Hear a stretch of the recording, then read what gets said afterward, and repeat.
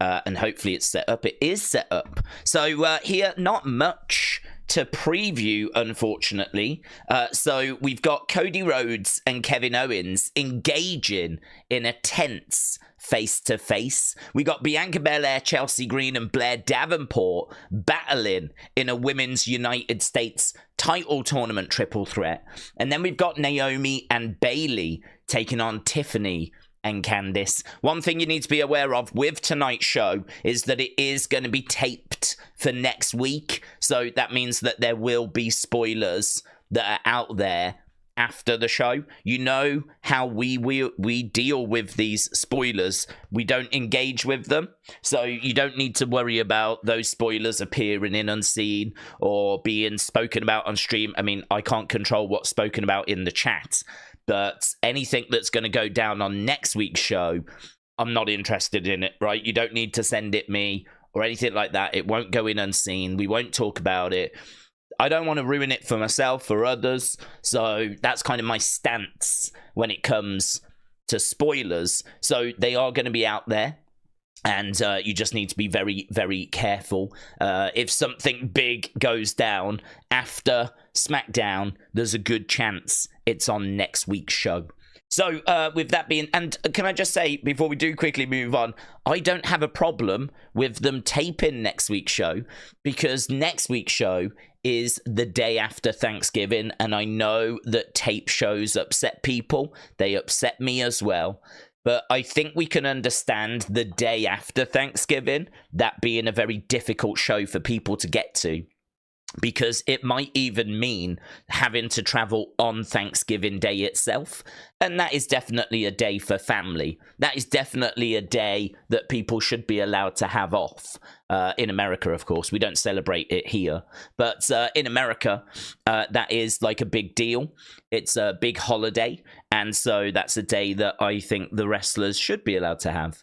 So how can they realistically get to a show the very next day when they all live in different parts of the country? They're going to have to fly in. Then you're going to have to do rehearsals. Now, it probably would mean some of them having to travel on the Thursday and like stay over, and do you know what I mean? So actually next week I have no problem with it.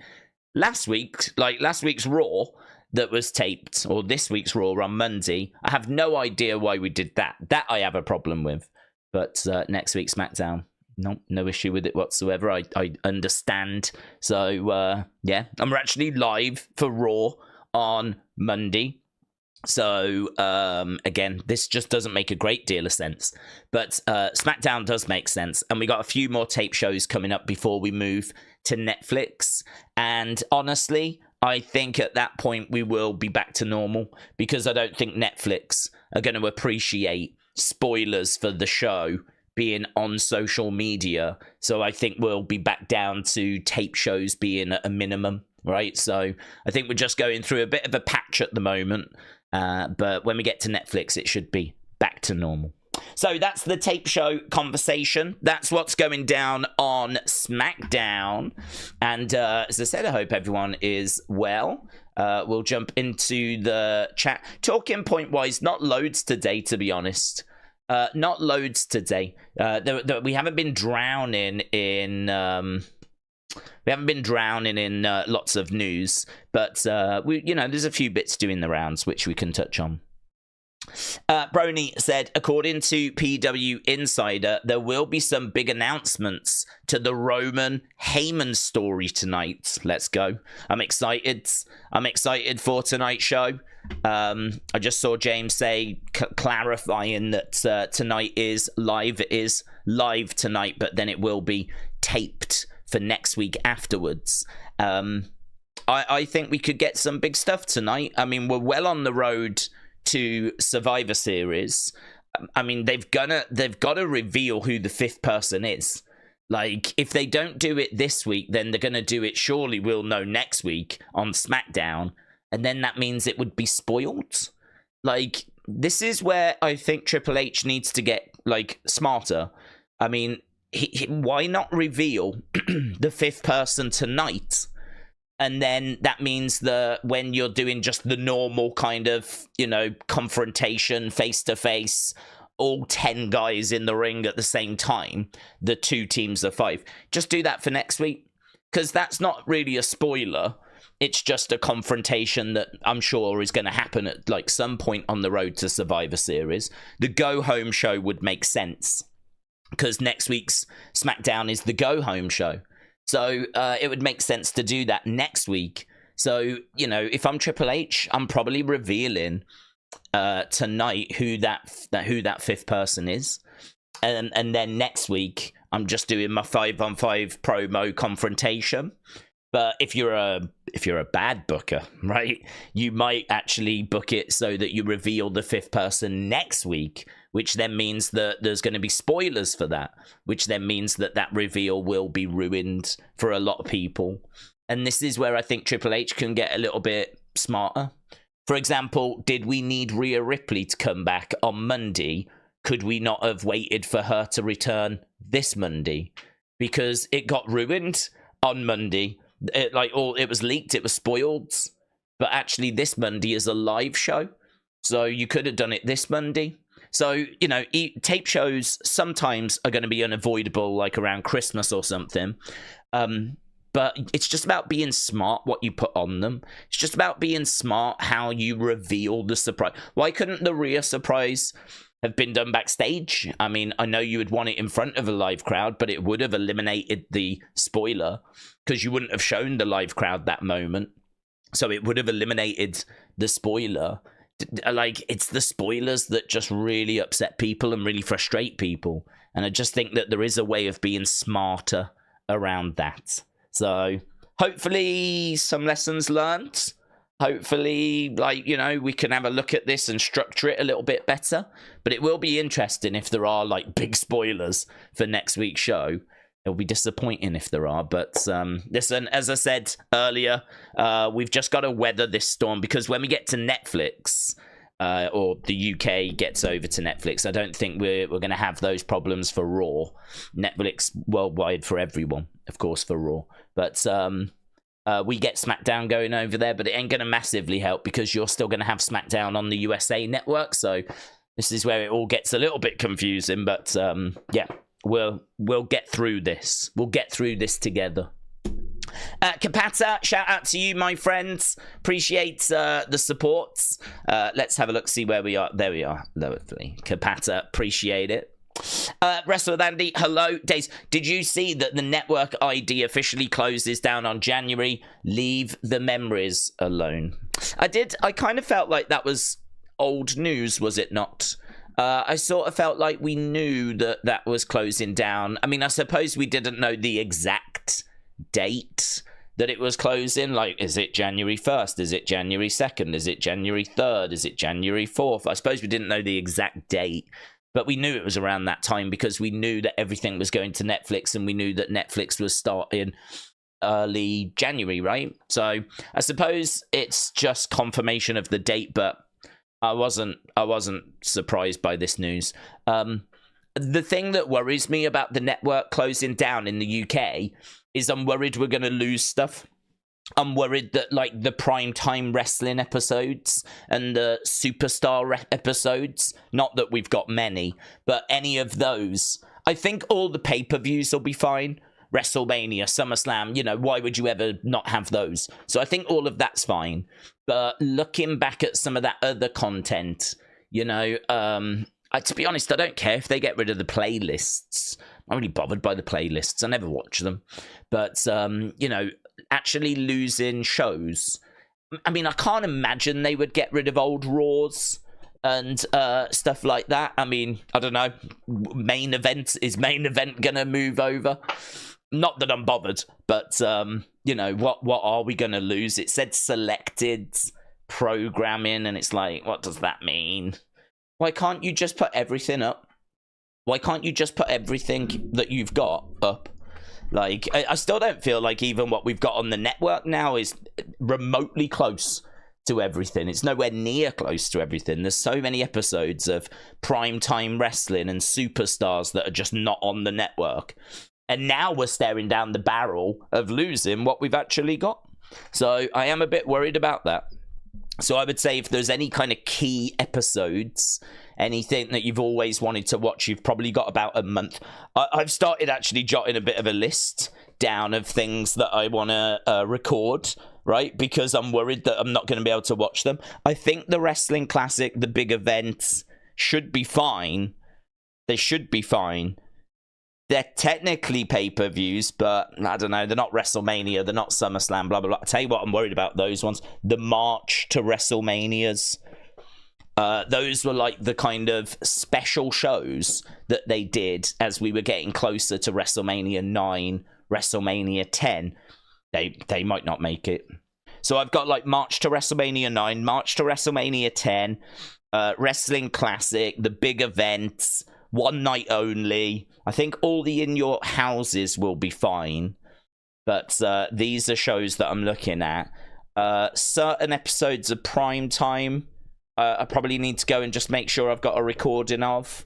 You know, I honestly, I'm just trying to get what I can, really, before it all gets taken away. And I really don't know that everything's going to transfer over. So, yeah, I'm starting a little list, not a Christmas list, a wish list of things that I want to just record from the WWE Network before it all vanishes. Connor, shout out to you, said, Days, there are rumours swirling that Brock Lesnar is on his way back. Lol. And WWE, and he could be the fifth man. Lol. Roman, Jay, Jimmy, Sami at War Games. Well, do you know what I would say? I would say leave those circles. That's what I would say. Because that news ain't coming from anyone credible. Brony said, Days, did you see the Conor McGregor news? Apparently he raped someone in 2018 and he's been found guilty. I have, but to be perfectly truthful with you, I have not read or followed it. I kind of feel like that case has been playing out in the background and I just have not paid it any attention. And now all of a sudden there's this announcement today. And it's caught me by surprise. I don't know if it's caught any of you by surprise. So it's very hard to sit here and discuss it or have an opinion on it. And I'm not trying to hide away from that because I just have not been following it. It's just not something that I've been really aware has been happening.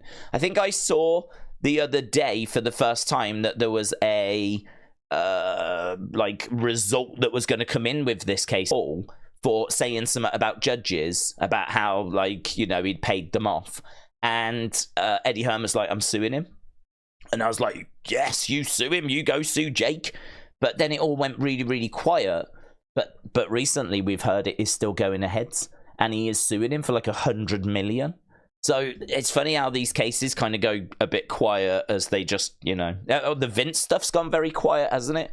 I mean, some people think the Vince stuff is done. It's finished. It's all blown over. I mean, it couldn't be further from the truth. The Vince stuff's being investigated by the federal government. And, you know, they go about their work quietly, efficiently. And that's exactly what they're doing. So so much stuff is playing out away from the public eye, and this Conor McGregor case is one of them. So unfortunately, I can't really bring much to the table on it because I just haven't been following it. I just don't know, you know, the details of it. But I mean, listen, he was found guilty.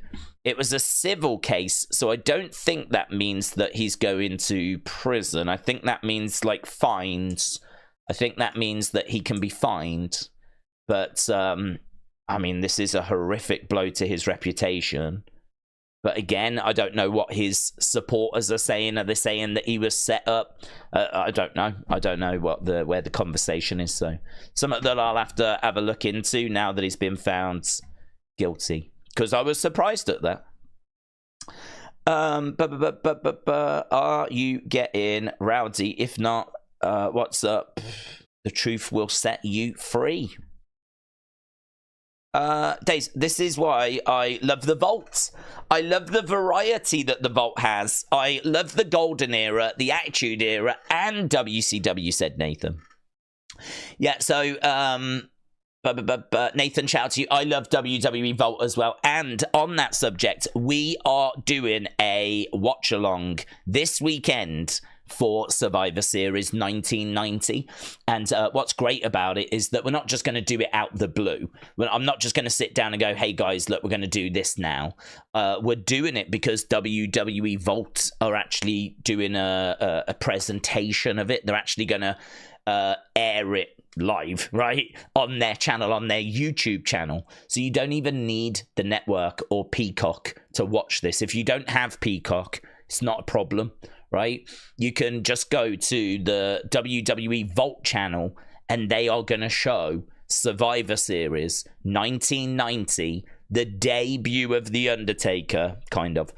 The debut of The Undertaker. The first time that the 99.999% of fans ever saw The Undertaker. That is going to be this weekend. So we're doing the watch along for it. It's all set up on the channel and I'm really excited for it. We had a good amount of people join us when we did Shotgun Saturday Night, and that was only 40 odd minutes long. Right, it was only a little small thing, and also it didn't really have much name value. You know, Shotgun Saturday Night, no one really knows what that was, but well, a lot of people do, but a lot of kids don't. But Survivor Series, yeah, if you're a wrestling fan, everyone knows what Survivor Series is. So we're going to be doing that this weekend. It's set up. I am super excited for it.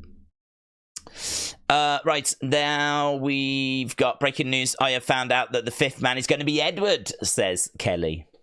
Shockwave said, I heard Thor and Iron Man coming to Survivor Series to take out Solo. And Jacob said Shockwave. Do we think Brock Lesnar's the fifth person, said Zishan. No, not at all. Don't think he is at all, for the same reasons that we've always said, and that is that he is facing legal action. He is part of this Janelle Grant's lawsuit. There's been no change in this lawsuit. In fact, Janelle Grant's not even had her day in court. We haven't even got that far. And, you know, he is very much involved in this thing. Nothing has really changed since he was removed from the show. Don't forget, he was meant to be in the Rumble, and he was meant to be facing Gunther at WrestleMania. All of that was scrapped. He was removed from TV. And he was removed because the Janelle Grant lawsuit came out.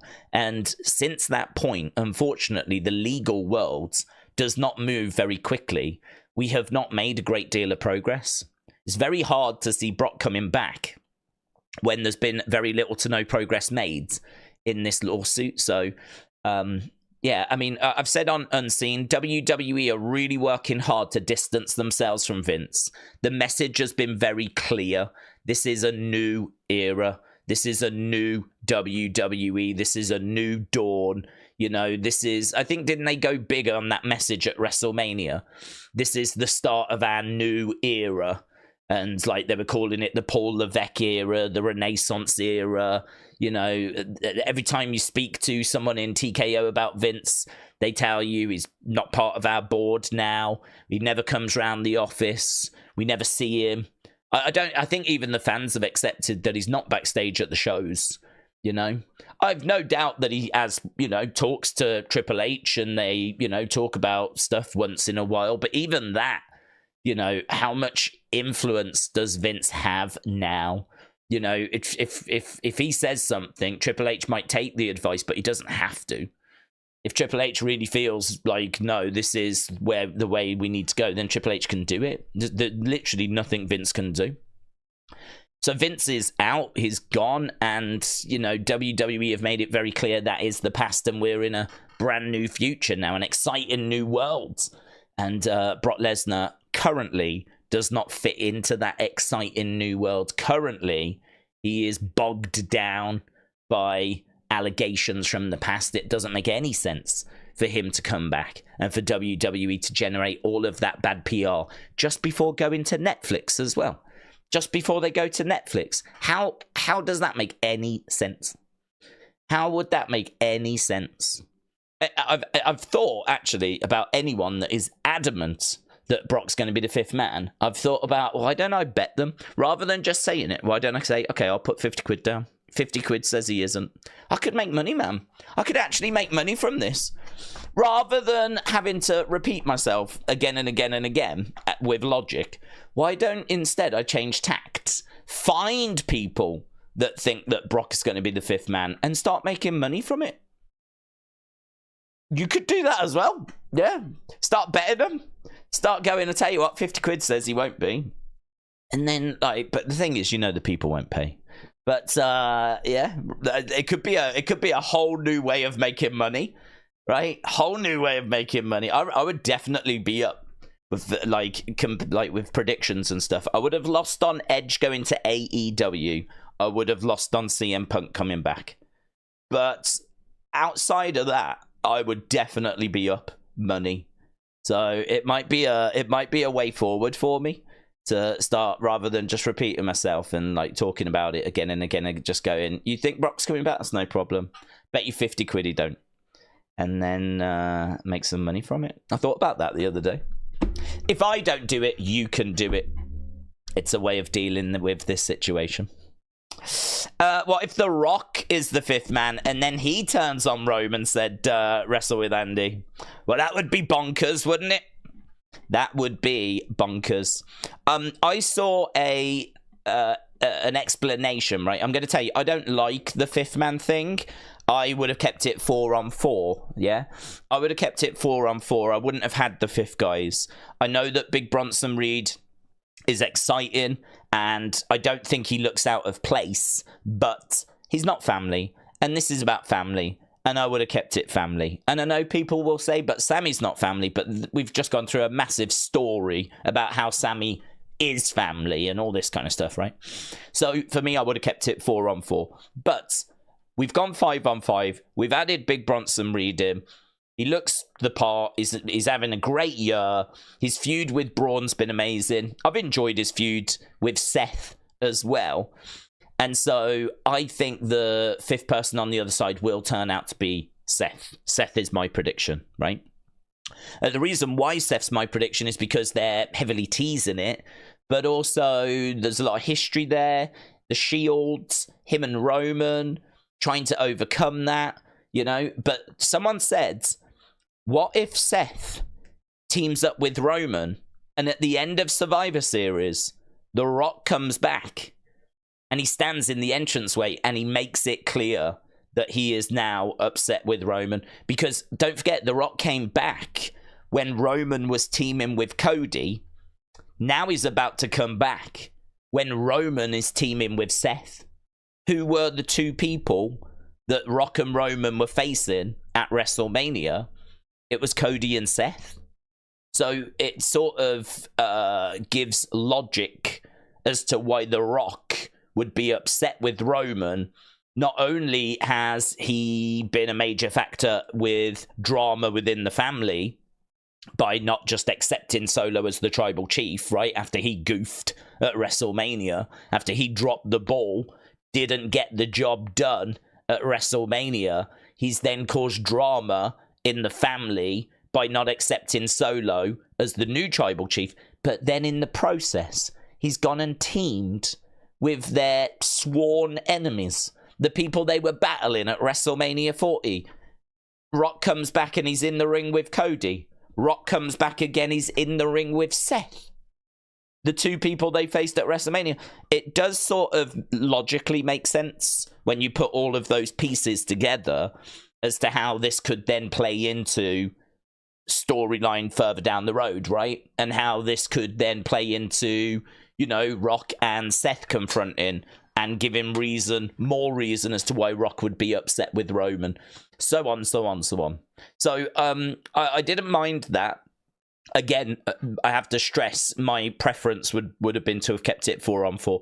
As much as I think that's good, interesting, clever, I also think that you didn't need to do it this way. I think you could have done that at the Rumble. We could have had Roman and Seth team together at the Rumble. And we could have had Rock come back and we could have had that moment.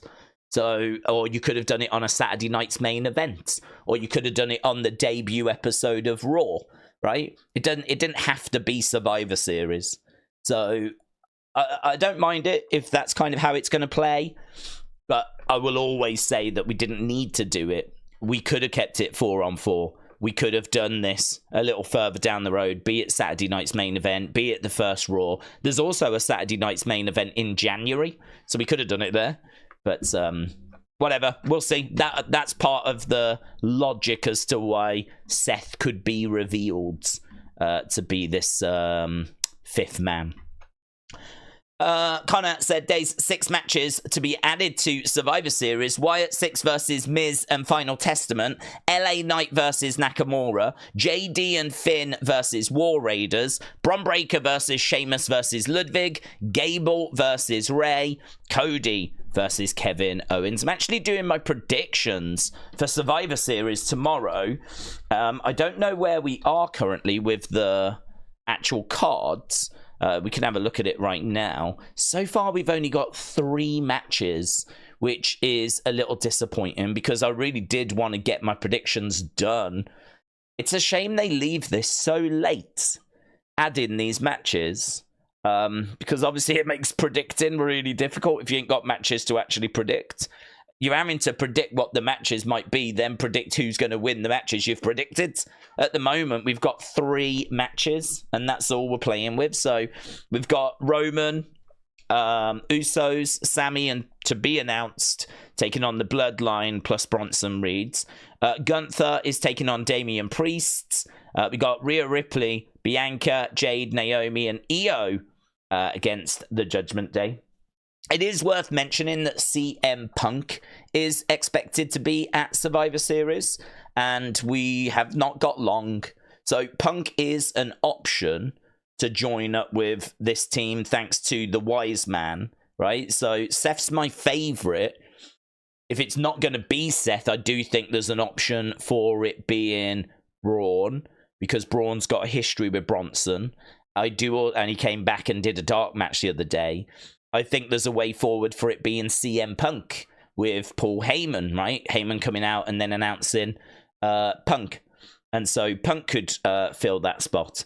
Punk is a bit of a curveball here because he is going to be at Survivor Series. That was the latest report that we saw. And originally he was going to be in that match, but he's not now. So how does he fit onto the cards? Where do we put CM Punk? Don't know. Is it there, or do we find a different place for him? We're running out of time. Next week's the go home week, so we ain't got much time to play with. So yeah, you're right to have a think about what other matches could be added, because it feels like we need at least another couple. Like you need 5 at least. I know the War Games matches take time, so they'll eat up a chunk of time. But you don't want a 4-match card, do you? You're going to want 5 matches at least. So, but Days, it's always Wyatt 6 versus Miz Testament mixed traditional Survivor Series match. Yeah, they could add it. I mean, we don't know that it's going to go to Survivor Series because they could just do a big epic street fight. So, you know, we're not 100% certain that it's going to go that way. I would love to see them get added to a PLE, but they've not been used on any PLEs throughout 2024. So I don't know if they're going to start now, basically. I don't know if Survivor Series is where we do like get going with them on PLEs. Or has it been a strategy that we won't put them on any PLEs for 2024? Perhaps Triple H has been like, I'm not going to use you for PLEs. I don't want you on any of them. I'm just going to book you for the shows as a way of getting people to tune into Raw. I want you to help me boost the Raw ratings, and maybe that's his strategy. So, I don't know, I'm a bit torn as to whether the Wyatts get added to Survivor Series, just because they ain't been used on any of the PLEs all year, which has been a little bit bizarre. I wish that CM Punk would be the 5th man. Maybe they will tease the 5th man until Survivor Series, and then we won't know until the last man comes out. Says Chris, maybe. We could do that. Michael Hayes is listed for a number of segments on tonight's SmackDown, including resuming work on the Bloodline angle. Oh, he's back, is he? That's good. Steven said, how are you? Friday Night Smackdown, Survivor Series. Have you heard about Universal Studios in the UK? This is a bit random. I have, yes. So I don't know where we are with it, but I know that they went to the public to see what the appetite was like, and it was overwhelmingly positive. I know they've already bought a big plot of land. It will be about as big as Universal Studios in Florida, but only Universal Studios and City Walk, not Islands of Adventure as well, and certainly not this new land that's being built. But that doesn't matter, because if you think back in the day, there was only Universal Studios. You know, Islands of Adventure was opened, you know, many, many years after. So apparently the one in the UK is going to be about the size as the OG Universal Studios. And yeah, so exciting. We really do need something like that. We don't have something like that in the UK. We've got some theme parks, but I wouldn't say any of them are world-class standards. Alton Towers, you can have a good day out there, but you know, it ain't the kind of place that I think people are traveling all around the world to go to. A couple of rides that I think, you know, are probably known around the world in those circles. But it's not like, you know, we ain't got a Disney World. We ain't got like a Universal Studios. We ain't got a Busch Gardens. We ain't got Five Flags or whatever it's called, right? We've got Alton Towers, Thorpe Park, and that's about it. I mean, there's like a Drayton Manor and a few other little bits, but really Alton Towers and Thorpe Park, that's about it. So we do have theme parks, but not many.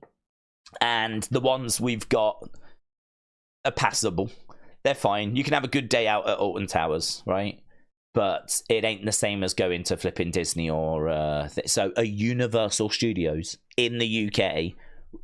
It's something I think the UK really needs. And actually, there is no Universal Studios in Europe, so they're saying that it's going to be really good to get to. Like, for like Europe will be able to get to it very easily. I don't know when it would open, but I would definitely go. Definitely go. Oh my God, could you imagine all the influencers? Oh my God, it'll be awful. Imagine that, all the YouTubers and TikTokers... Like rats. I would go, not to flip and film it, to have a good time. But instead, you just have all these boomers, like, going around with, like, phones everywhere. Chatting away, vlogging away. Ugh. Social media, YouTube, it's ruined the world. Awful. WWE Network is going to close on January 1st, says Tom. It is. R.I.P. Five Flags, even though it's Six Flags, it's gone up to Six Flags. Jesus. I didn't know. They've opened another flag. They bought a new one. Oh my God. Amazing. Listen, we can't even get 5 flags, mate. We ain't got 3 flags. Yeah. So it's just very boomery over here. Uncle Howdy, shout out to you, buds.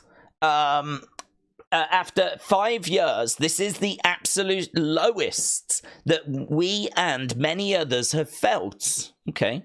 Tony, oh, okay. I thought he was talking about this community. I was like, it's not been that bad, has it? I thought it's been a good year.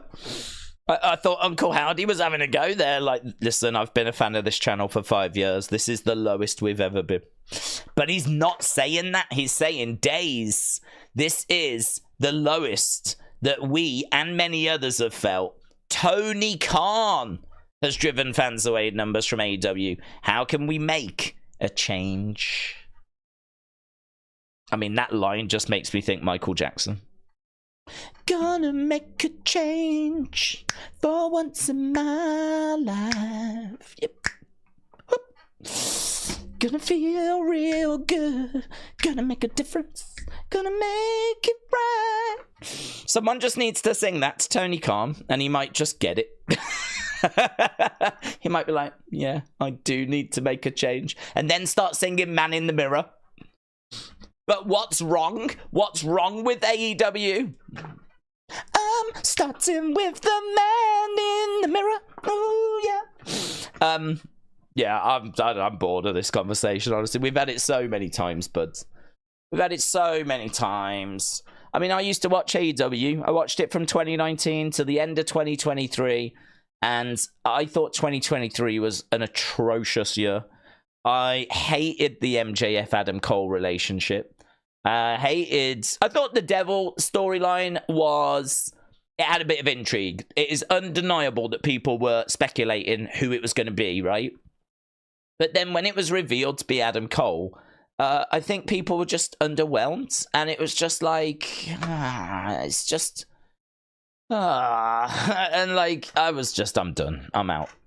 And honestly, my life has been so much better ever since. There is a market for AEW. There is an audience for AEW. And I'm not sure that our market and audience is being served very well, to be honest. I don't know that they're being served very well.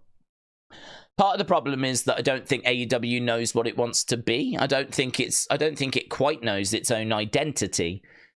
Because it said that it was going to be sports-based and it wasn't going to do, it was going to be like the anti-Vince. And it was going to be like, for those lapsed WWE fans, right? The product doesn't speak to them anymore. Well, obviously it's hurt that WWE have got better now, but why am I seeing the Costco guys on AEW? If this is meant to be sports-based, and it's not meant to be like sports entertainment and all this kind of stuff. And, one of the biggest announcements that I've seen for their show next week is the Rizzler is going to be on it. Now, I know that clip got viewed 7 million times of them talking to Renee. I watched it. And I watched it because I was like, who are these boomers, right? I don't know who the Costco guys are, right? I ain't got a clue. Never seen them before. Never heard of them before. They might be big to other people, but there's a lot of people that don't operate in that world, right? I don't really go on TikTok all that much. So to me, these are just a couple of guys that I was looking at them, I was like, I don't get this. I don't understand. This is not for me. But that was fine because I don't watch AEW anyway, right? But that got 7 million views. I honestly think a big chunk of those views are people trying to figure out what the hell AEW are doing. I don't think that's 7 million people watching it because they are loving these guys, right? I'm sure they've got millions of followers. I'm sure they're really popular, and I'm sure some people did tune in because they love those guys. But it doesn't make sense. It doesn't add up. Like, why is the only thing I know about their show next week that the Rizzler, someone I've never even heard of, well, I believe it to be these Costco guys, right? I'm guessing it's one of them as a wrestler, is going to be on the show next week. That's all I know about their show. So for me, like, I don't think, are they into like really great wrestling? And are they trying to present like great, or are they doing like Danhausen, Orange Cassidy, the Rizzler stuff, right? I mean, I know that you need a bit of a blend, but I think sometimes they can be too silly for their real serious wrestling focused fans. And then sometimes they can be too wrestling focused for the kind of silly fan, the youngsters and whatever that really love Orange Cassidy and whatever. They're not into the death matches. Do you know what I mean? Like, they're doing these death matches where you get in flipping suffocations and all this kind of stuff, syringes in the mouth, but then equally we're doing tune in next week, we've got the Rizzler. I just think they haven't quite figured out their identity. If they had figured it out, I don't think they've gone far enough leaning into whatever that identity is. We all know their storylines are not very good. We all know that Tony Khan is the face of the company, and that is honestly the worst thing. Because no one likes Tony Khan. There's only a select few people that like Tony Khan. Tony Khan has annoyed and upset a lot of wrestling fans, and he is a real barrier. People don't like him. And so, why is the face of the company not Daniel Bryan or Bryan Danielson? Why does he not do the conference calls? Why does he not do the press conferences? Why does he not make the announcements? Why does it feel like it's this? It feels like this is Tony's plaything, doesn't it? And I know it's been said so many times, but that's why I don't like this conversation, because you can't say anything new anymore. But it feels like this is a rich kid who is having playtime. And I ain't interested in watching a rich kid have playtime. He's just, rather than with action figures, he's doing it with wrestlers. I don't think he quite has a strategy. And I think he's long ago exhausted any creative ideas he had. And we now find ourselves in this situation where people are switching off. And it's, you know, I thought 2023 was bad. From what I'm hearing, 2024 has been no better. So I don't want to knock AEW. I've said before, I would like them to turn it around. And I would like them, you know, I would love for Daniel Bryan to be the face of the company. And I would love for him to be the guy that's in that sort of GM role. And I'd love for him to be the guy that does the press conferences, announces attendances, get Tony away from the camera, because people don't like Tony. And you're going to really struggle to turn this around whilst Tony's, like, you know, involved so heavily. So get Tony away from the camera. Have Daniel Bryan in that position, because there's a lot of warmth to Daniel Bryan, right? People like Daniel Bryan. Stop being so anti-WWE, right? Stop feeding into that. Right? Stop taking shots. WWE will take shots at you. Don't respond, right? Don't respond. If anything, respond with kindness and say that you respect WWE. You think the work they're doing now is fantastic. You think they've really turned it around. You know, you was critical in the past, but it's hard to be critical now because they're doing great work. You're just looking for your own piece of the pie, your own little corner. You know, you're not looking to really even compete against them. You run on a different night. And you've got nothing but respect for their products. Go with a pro WWE attitudes. Get Tony Khan away from the face of the company. Put in like a GM instead, someone like Bryan Danielson. And hire an absolute truckload of TV writers. That's what WWE have got. People that have written in TV before and have got writing experience. And it's no problem to like drop in a couple of like ex-wrestlers that might want to go into creative. I have no problem with people that have come from the wrestling world being in that room. But I feel like we've tried this. I feel like this is what AEW have been doing. They've been using people that have come from wrestling to advise, like Jericho, like Will Washington, people that have been in the wrestling world, and things are only getting worse. They're not getting better. So that would say to me, change direction, change your approach, get a load of writers in that can actually write compelling stories. Because you don't really need to know about wrestling to write compelling stories, right? You're just trying to write stories about relationships between people. Doesn't matter if that's on a TV drama or if that's in a wrestling ring. So, like, I think it helps because all those little references where you can call back, that's where it's good to have wrestling knowledge.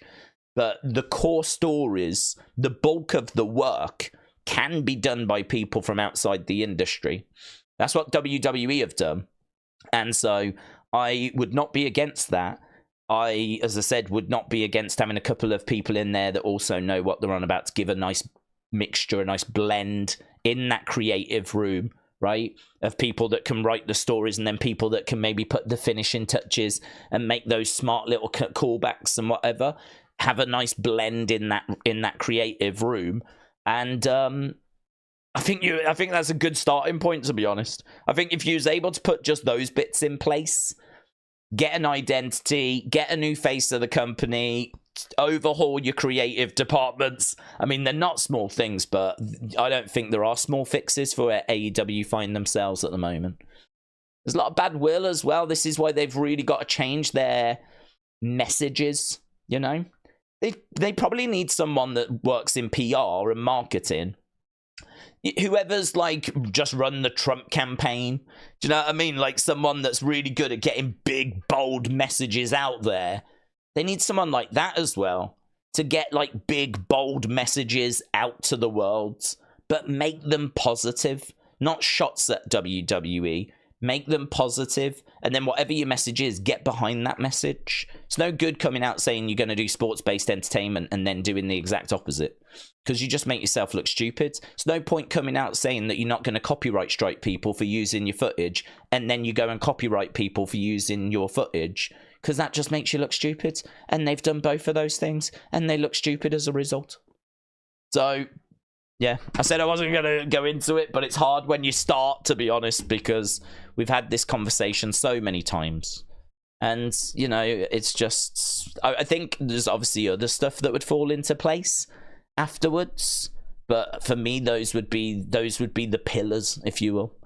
If you was to go in and be like, right, these are the 5 pillars that I think we need to really build everything on, it would be those things that I just mentioned. And then, you know, your stars would, like, hopefully develop. Developmental would be another as well.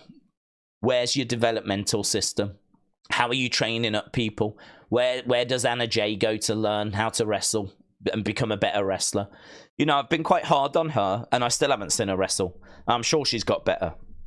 But she was rubbish, and she shouldn't have been on Dynamite. And she was. And, like, I don't want to watch an Anna Jay match. Right? I'll watch it if it's on NXT, because when I watch NXT, there's a degree of, they're learning, you know? They're in developmental. I can watch someone bumbling around a little bit in NXT because I've got that mindset of, it's NXT, yeah? These are the stars of tomorrow. I sort of expect them to not have everything, all their ducks in an order. But if I'm watching your A show, if I'm watching you presenting the best of what you've got, the creme de la creme, yeah, on a Wednesday night, don't miss this show. It's the greatest show of the week. It's the best wrestling product in the world. We're the best wrestling promotion in the world. This is our A show. This is unmissable. And you serve me Anna Jay? Forget it, mate. She might be all right now, so I don't want to be too down on her. She might have got really good. I'm only going back a few years ago when, honestly, it was not good. You know, developmental. They need a developmental system. Melissa said, I have to say that Khan has plummeted with some horrible booking, some silly segments. Camille is looking weak and foolish. Monet is taking the spotlight. Khan has to go full gear for tomorrow's paper. I didn't even know there was a pay-per-view tomorrow. I didn't even know, mate. I didn't even know. Do we see Charlotte Flair tonight, said Connor. There is a chance. Obviously, we actually had that tease out of her, the diamond and the ice thawing and all of that kind of stuff. So, yeah, there's a chance. I wouldn't say that that's impossible that we see her tonight. I don't know where she would fit in, though, because neither side needs an extra woman. So I don't know quite where she would fit into the equation. But, yeah, it certainly feels like she's teasing her return. I would probably be more inclined to say it's more likely to happen at Survivor Series than maybe before Survivor Series. But, yeah, I would not rule anything out for her now. I think that she's on her way. Ninja said, I'm not a Trump fan or a Kamala fan, but could have at least acknowledged that a Hall of Famer... WWE could have at least acknowledged that a Hall of Famer became president.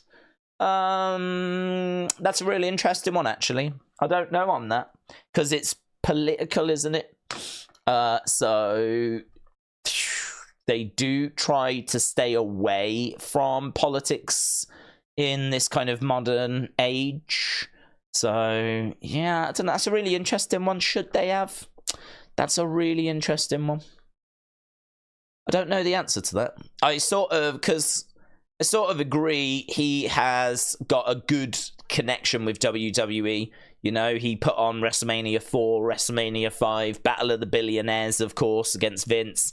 You know, he's someone that has really enjoyed the product. I don't know that he's still engaged with the product. Don't ever hear of him kind of engaging with it these days. These days, he pops up in UFC, right? He's always at UFC. So I think his time of watching wrestling has probably like, you know, come to an end. But he is in the Hall of Fame. He has got very strong connections with WWE. And should they have just put a little message out? Yeah, probably. Probably. But I can sort of understand them not because, oh God, it's so divisive, isn't it? It's so divisive. Yeah, let's not mix politics with wrestling, says Kelly. Spartan said, hello everyone. Hope everyone's doing well today. I'm lurking on stream. Spartan is lurking. Lock up your daughters. Spartan is out there. This is what makes NXT so good. It's the future stars. A developmental AEW has got nothing close to that. I'm glad that I gave up on AEW, said Chris. I don't want them to go away. It's just not for me anymore. Yeah, I completely agree. That's exactly how I feel as well. I don't want them to go away. It's just, it was no longer catering to me. There was more on the show that I didn't enjoy than I did enjoy.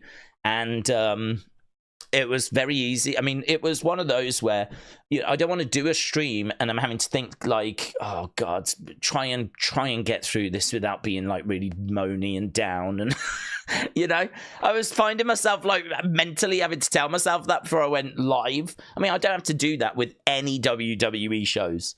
But for AEW, it was like, come on, there's people that enjoy this. Just try not to be too critical. Because I don't want to be... Who wants to tune into a watch-along? Well, probably a lot of people would.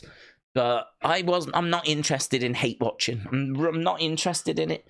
I've said before, I really think that it can affect you. And I don't think people understand this.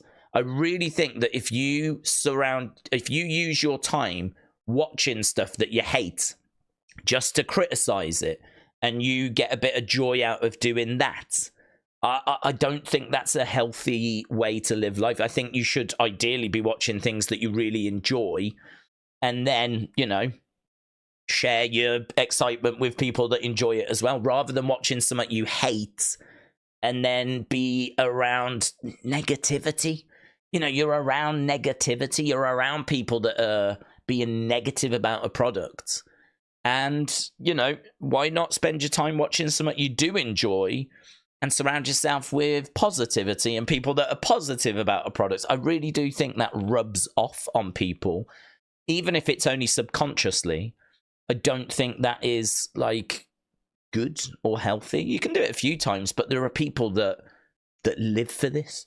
There are people that have got full accounts set up for like, how awful AEW are and just constantly trying to bring AEW down, and they're just full of hate and resentment, and they look forward to the ratings so that they can gloat about like AEW struggling and all this kind of stuff. That's just not me. That's just not something I would be interested in doing. And I seriously would worry for people that do sort of really engage in that on a regular basis. I just don't think it's healthy. Don't think it's good. I don't think it's constructive. In fact, it's definitely not constructive. It's destructive. It's about bringing and tearing something down, isn't it? Rather than trying to build something up. So, I was quite happy to step away from it. Obviously, Tommy took over, and then I think Tommy struggled. So I don't think it's really represented within our community anywhere now, which is a shame, But if Tommy was to stop doing it and it was to get better, I would entertain going back to it.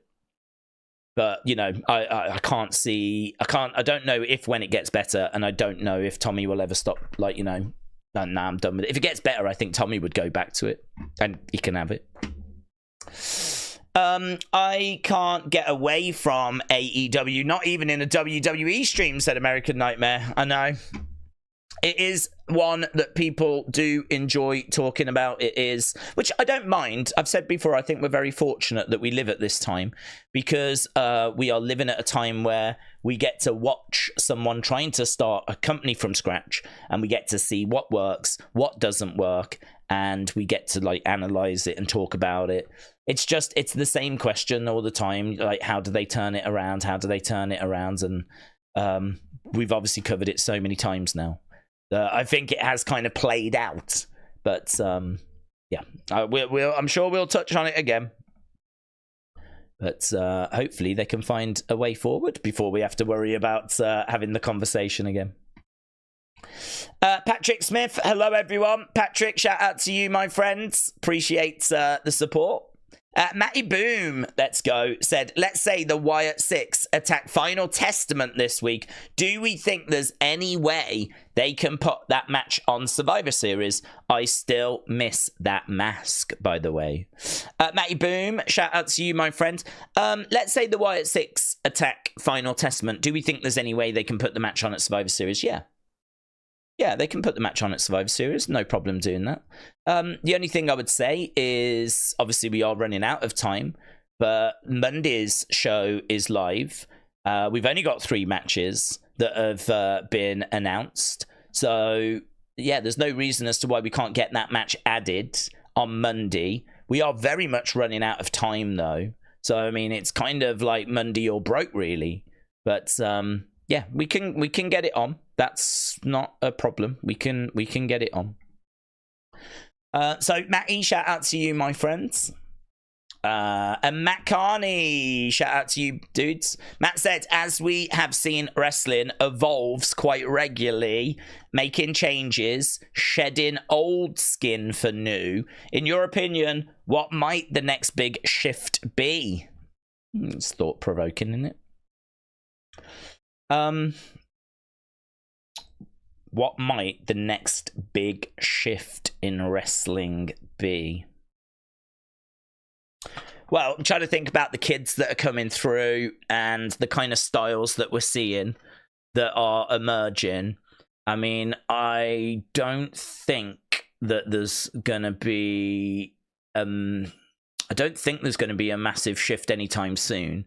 The big change recently, in my opinion, has been social media, which has resulted in a lot of spots in matches increasing, right? So now, like, you know, you would build towards a few spots, but now I look at someone like Javon, and, you know, you look at obviously what the Bucks are doing, and you look at kind of what the Lucha Bros do, and you look at the way that matches are structured. It sort of feels like we do a lot of stuff to take us to ad breaks, but we do a lot of big spots during matches. I think that has been increased. I think that it is done to work as a short clip. You know, I think it's done to look good on TikTok. I think it's done to look good on social media, because, you know, you don't need to share whole matches. You just need to share little moments. And those little moments, certainly from someone like Javon Evans, who's so impressive, you know, him doing a moment, or think about that rocket launcher that like LWO use, where the guy stands on the rope and then they pull the rope up and he goes flying. Like, I sort of feel like they do those moments because they know they're going to trend. They know that they're going to, you know, grab attention. If I was being cynical, I might even say the same of the Soul Snatcher from Soul Ruka. That, you know, if we didn't live in a social media world, would she have a move as elaborate as that? Maybe she would. She comes from like a gymnastics type background, surfing and gymnastics, and she's very athletic. Maybe she would still have that. But if we're talking about wrestling evolving, look at the WWE style in the 90s compared to where we are today. I mean, we are high flying so much more. There are so many more spots. Wrestling back in the day was about grinding your opponent down, wearing your opponent down. And, you know, this is where Hogan would hulk up and then he would make his big comeback. But it was about just hitting them with big power moves. It was more about power in WWE in the late 80s and the 90s, during the steroid time. It was about being big, looking physically strong. Gorilla press slam. When do we see a gorilla press slam now? You don't see gorilla press slams so much. But like, it was stuff like that. It was about wearing your opponent down, the arm being dropped as well. You know, we don't get that anymore. It was all about power. Whereas as time has gone by, I think the aerial stuff has come in because it's, you know, exhilarating, it's exciting, but also in modern times it plays very well on social media.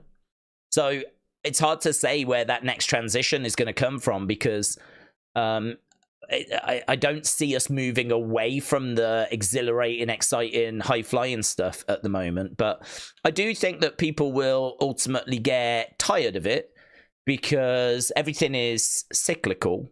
So actually, we may go back to a bit of power stuff. It's hard to say we're going to go back to mat-based stuff. You know, you go back before the power, the big, strong guys, you had a lot of mat-based stuff. You had a lot of, like, people rolling around on the ground, a lot of, like, holds, a lot of reversals, stuff like that. Like, we still have elements of that in modern wrestling, but that was, you know, the kind of style back in the day. Catchers, catch can. So, like, we've moved from that, which was not very exciting for TV, into like the power stuff, which was a bit more impressive, you know, big, strong guys doing big, strong moves. And so we moved into that. Then we've moved into like the high flying stuff. Obviously, there's been technical ability all throughout. But yeah, the next evolution, I can't really say as to what it's going to move into because I'm looking at the kids coming through. And there's not really anything that's coming through that's different. It all just sort of fits the molds.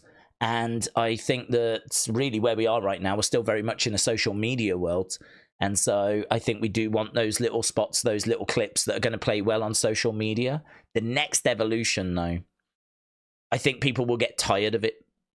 And I think then it will evolve into being a bit more weighted to maybe a brawling style or something like that.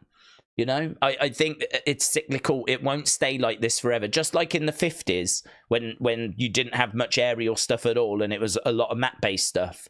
You know, that didn't last. Then we went into the power era where everyone was on steroids and super jacked, yeah?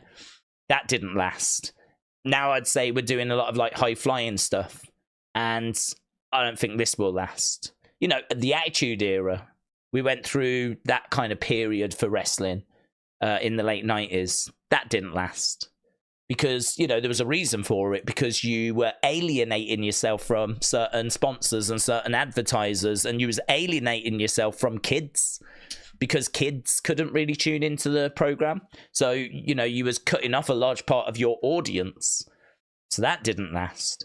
So now that we've got this more spot heavy wrestling, again, I don't think this is here to stay. I don't think it's last. But it will last. But it's very hard to say what's going to take over from it because I can't say there's anything really emerging. Days, do we think that Logan Paul will be a world champion? Well, we spoke about this. I wouldn't make him world champion. I mean, I think he's someone that a lot of people really don't like. I think he's somebody that's, it's not about him having heat. It's about him genuinely being like someone that does crypto scams and is genuinely someone that's just a bad person. Just someone that people really don't like and they don't want to support. And I worry about him going for it, as he says. And, you know, he's never gonna avoid these kind of allegations that are against him. There's just bad news follows him around, you know, scandal follows him around, be it the crypto scandal, be it the flipping suicide forest, be it Prime being like super caffeinated for children. All this kind of stuff, right?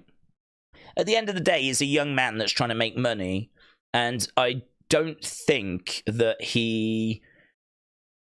My honest opinion of Logan is he is a young man who is trying to make money, and by doing that, you are going to get involved in some stuff which is going to be questionable, risky.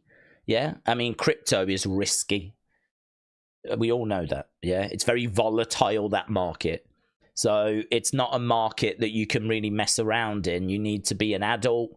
You need to know what you're doing. You need to know, like, what your limits are. You need to be very careful. There's people that have died because they've gone all in on crypto, lost all their money, and they've just completely, you know, shattered their lives. And so, you know, for him to get involved in that, I sort of feel like a lot of people get involved in stuff like that, and it's like, oh yeah, that'll be fun. But they don't really think about the risks.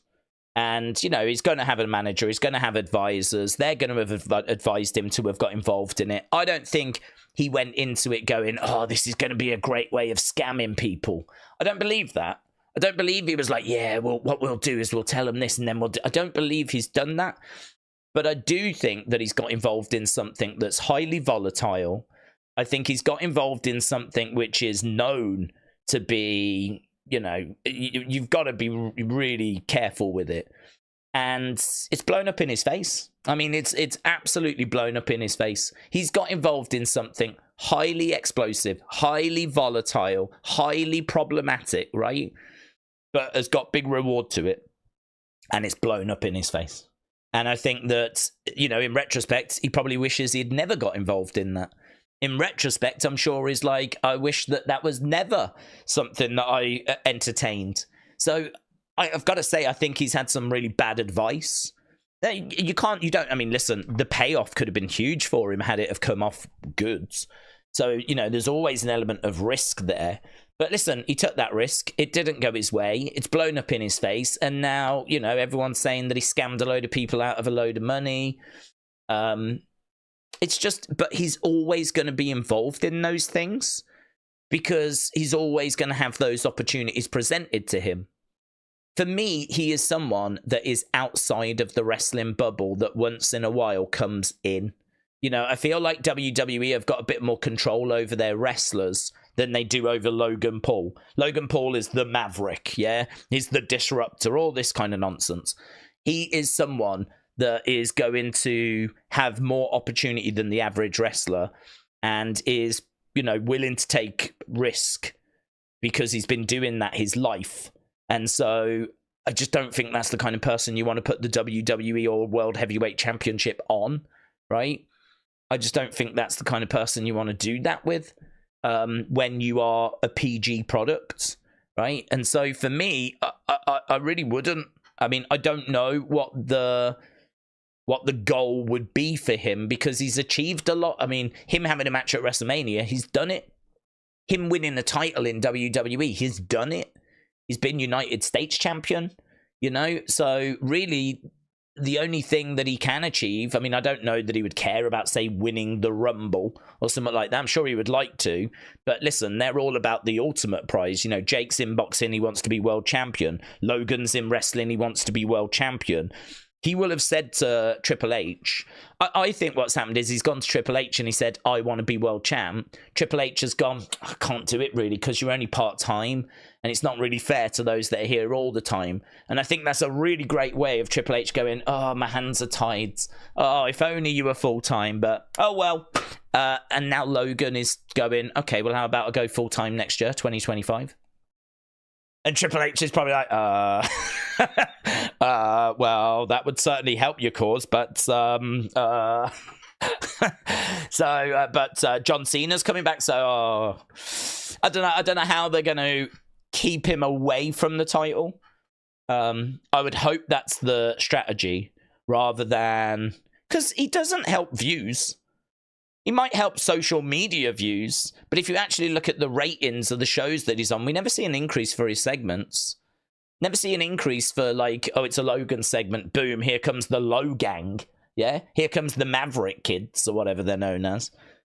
We never see an increase in his viewership. So outside of the social media, like, clips that he posts of him doing a frog splash or something that gets, like, 50 million views, whatever, I don't really know what he brings. So, no, I'm really not keen on this idea. For me, like, this is something that you earn. This is something where you put in a lot of miles. You do the house shows, you know. Maybe I'm a bit too romantic about it, but for me, like, you work your way up through the system and you put the miles in. You do the house shows. You know, look how hard it's been for Cody to get to this title.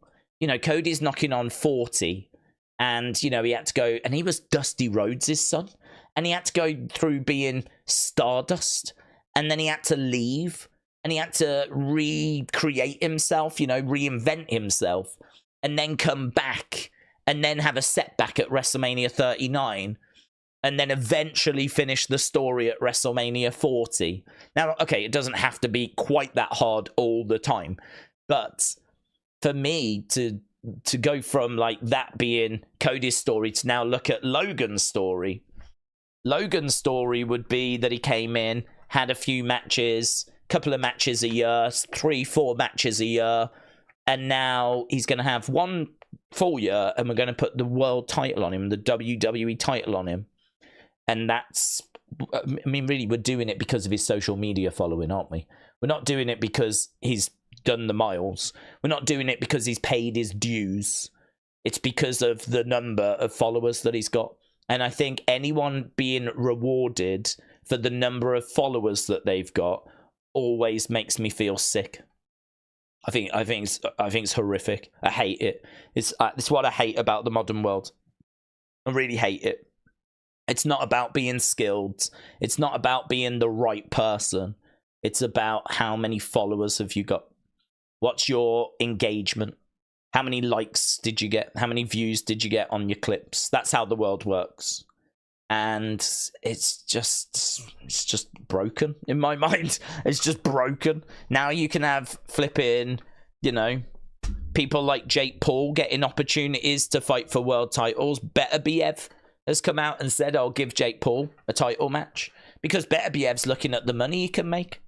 All of a sudden now, Jake Paul, who's fought a load of nobodies in boxing, apart from Tommy Fury and lost, he now has got Better BF going, do you want a match? Daniel Dubois, do you want a match? All of a sudden, all these big people are coming out because they can make money from Jake. It's about money. It's about viewership, isn't it? They've seen the views that Netflix fight got with Tyson, and they've seen the money that was generated, and they're like, fancy a piece of that.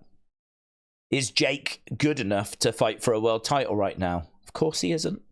Of course he isn't. He's nowhere near good enough. He would not beat anyone in a top 10 of cruiserweight or heavyweight. He's nowhere near good enough, right? In fact, I saw an interview with Eddie Hearn. I know Eddie Hearn is a hater of Jake, but he was giving him his flowers. And he was like, the promotion, everything they did, incredible, right? And he asked him a question. He was like, where do you think Jake is on the scale? Do you think he's world champion level? And Eddie was like, of course he isn't. He's like, okay, do you think he could win a European title? No, of course he couldn't, right? Okay, so he's not European level. Do you think he would win the British title? I don't actually know who the British boxing champion is at the moment, but obviously Eddie Hearn did. And he was like, do you really think he would beat such and such, whoever the Britain? And even the interviewer was like, no, he wouldn't. He wouldn't beat such and such. And so they came to the conclusion, this boxing interviewer and Eddie Hearn, that Jake Paul wouldn't even win the British boxing title, which is below the European title, which is well below the world title, right? So, and I know he's a Jake Paul hater, so take that with a pinch of salt. But my point remains, this is someone that is quite low down the totem pole that is now being offered title fights because of the amount of views he gets, the amount of engagement that he gets. And that's the situation we face with Logan. It's the same thing in wrestling.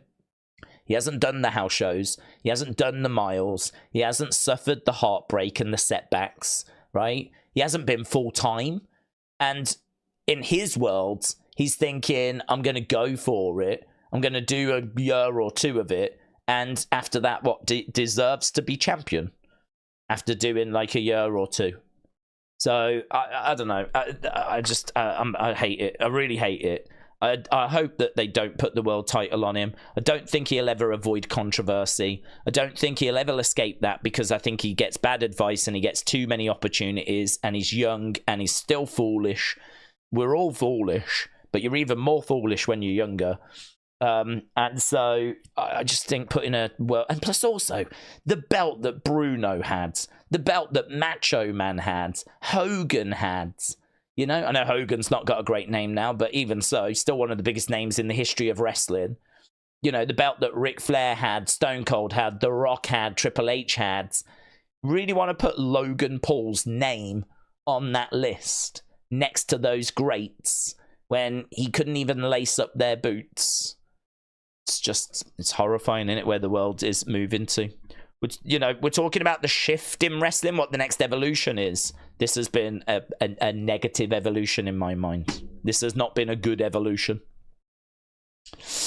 Proctor Dill said too many versions of splashes as finishers.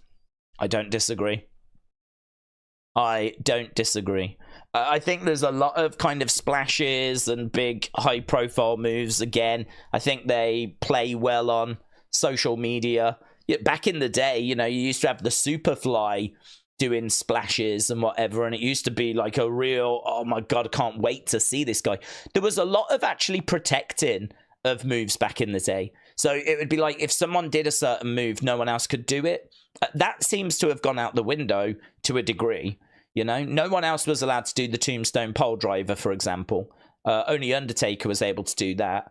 Back in the day, you know, you would see the Superfly doing splashes, and I don't know if it was because people couldn't do them, didn't want to do them, or if there was a message of only the Superfly can do them. But, you know, you weren't seeing loads of people coming off the top doing splashes. Macho Man would come off and deliver an elbow, but everyone had like a bit of a signature move and a finishing move, and they were very protected. You know, they were very well protected. You weren't seeing other people doing super kicks. You know, it's like Shawn Michaels said, the super kick now is just a flipping clothesline. Everyone does them, but back in the day, you know, you didn't see loads of people doing super kicks. That was Shawn Michaels' thing. You didn't see people doing the DDT. Do you know the DDT used to be chanted for the same way the RKO is? The DDT, Jake's finishing move where he grabs the head, drops them down on their heads, that was chanted for by the crowd. The people bring DDT signs. Imagine that, a DDT. See DDTs quite often these days, but people used to bring signs hoping to see it, right? Because again, if you limit the amount of times you see something, the more special it becomes. Even a simple splash from the corner can be really, I mean, I think the way that Bronson does it is the best, of course, with that tsunami. So, you know, I really would cut down. I mean, Bronson is the best, in my opinion, because of his size. So why should other people be allowed to do it if, like, theirs isn't going to look as good? It's not going to look as good as Bronson's. So, you know, I'd be down for, like, limiting people's movesets and trying to give... I think the thing is, wrestling is so big. There's so many wrestlers now. It's very difficult to do that because there's only so many moves to go around. So, you know, you just see a lot of people just doing, you know, whatever they want, really. I mean, I'd imagine there's still a few protected moves. Superman Punch, for example. Don't see a load of people doing that, do you? But, yeah, I wish moves were a bit more protected, like back in the day. I think that did really help them. And it made them feel a lot more special. Don Morocco had a tombstone, said Zoom Station. Don Morocco. That's a blast from the past, isn't it? The Rock. Don Morocco. Days, everyone. Who will be watching AEW pay-per-view tomorrow? Will AEW get good again, said Drops of Jupiter. Will Shane McMahon finally show up? It sucks that AEW has gone downhill since Punk left. It's not been the same, said Drops of Jupiter. Well, we did have a very lengthy conversation on it. Don't worry, my friends. We're not about to embark on that again. So, yes, I didn't even know there was a pay-per-view tomorrow. I wish them all the best. I hope it goes well. I don't know who's on the show. Perhaps the Rizzler's on that. I thought he was on next week's Dynamite, but perhaps he's on that show instead. But, yeah, I won't be watching it, but I don't even know any matches. Denise, shout out to you. Mama D said, Days, I'm so excited. I got a birthday present a week early, my very own Lily doll. Thank you to whoever sent her to me. A big thank you from Sioux City, Iowa. So, Denise, shout out to you. I'm very pleased to hear that you got a Lily doll. I didn't even know they were still being made, to be honest. But, yeah, congrats. That is always good to get a nice bit of wrestling merch. It's always very exciting, isn't it? So, and happy birthday for next week as well. Days Triple H talks on older wrestlers criticizing younger talent, said Uncle Howdy. I did see that. So I do agree with what Triple H said. I also disagree a little bit. But he basically said, listen, when you get older, you listen to music, you think it all sucks. And you're like, oh, they're not even playing the instruments. It's nothing like it was back in my day. And that is something that the majority of people will go through. You grow up in your era, loving all the bands, and then when you get older, it's changed, and it's not doesn't hit you the same way. And plus, also, the truth is, with life, you get older. So when you're young, you're out with friends. Life's very exciting when you're in your 20s because, you know, you're probably not settled down. You're probably going to clubs, meeting up with mates. You know, you're probably out and about. When you get older, you know, you might be in a relationship, you might have children, you might be staying in a lot more. It doesn't have the same level of excitement. There are new joys that come into your life, which would be watching your kids grow up, of course, Christmas time, all that kind of stuff. But it's different, you know, it's changed. And so, like, you know, you listen to music and maybe you don't quite get it as much because you're not listening to it as you're getting ready to go out, or you're not having those experiences, hearing it out in the clubs with your mates like you did when you was in your 20s, right? Your perspective changes. And so the way that you engage with music changes. And so that means that now, you know, you don't appreciate it as much. It doesn't hit you the same way. And I think what Triple H is saying is that, look, we go through that with music. I think you go through that with wrestling. And this is what we're seeing now. Like, people are coming out and saying that younger talent don't get it. They're not treating it the way they should. They're not doing it the way they should. But the point Triple H is making is, look at how it's being consumed, right? Like, look at, like, how much people are engaging with wrestling in 2024. Granted, the TV ratings aren't anything huge compared to where we've been, but you could have the Attitude Era right now, and I'm not sure that the ratings would be that much better, because the truth is, people consume the product in a different way. People consume wrestling different now. Like, people watch clips on YouTube. You don't have to watch the full show anymore. Like, back in the day, for the Attitude Era, you watched the show, or you didn't know what was happening. I mean, you could find, like, results maybe in a chat room or something like this. Maybe you'd have to try and catch a replay, but there was no YouTube. There was no Twitter. There was no TikTok. There was no smartphones. There was no... If you didn't watch the actual show, then you weren't watching wrestling. Like, you weren't getting your fix. So really, imagine if we lived in a world now where the only place that you can get your wrestling fix is by watching the actual show. Imagine if that was the world we lived in now. Now imagine what the ratings would look like if that is the world we lived in now. So it's very hard to compare where we are now to the Attitude Era, because you can go on TikTok and watch, you know, clips from the show. You can go on YouTube and you can watch clips from the show. You can go on Facebook. You can go on X. You know, you've got illegal streams. I can go on Watch Wrestling and I could watch, you know, Raw. I could watch any episode on Watch Wrestling. So, I you know, there's illegal ways that I can watch this show as well. Not only that, I don't even need to watch the show. I could just watch someone's review of it. I could not watch the show and then I could watch flipping, I don't know, listen to Solomonster or something, right? And listen to him talking about what went down.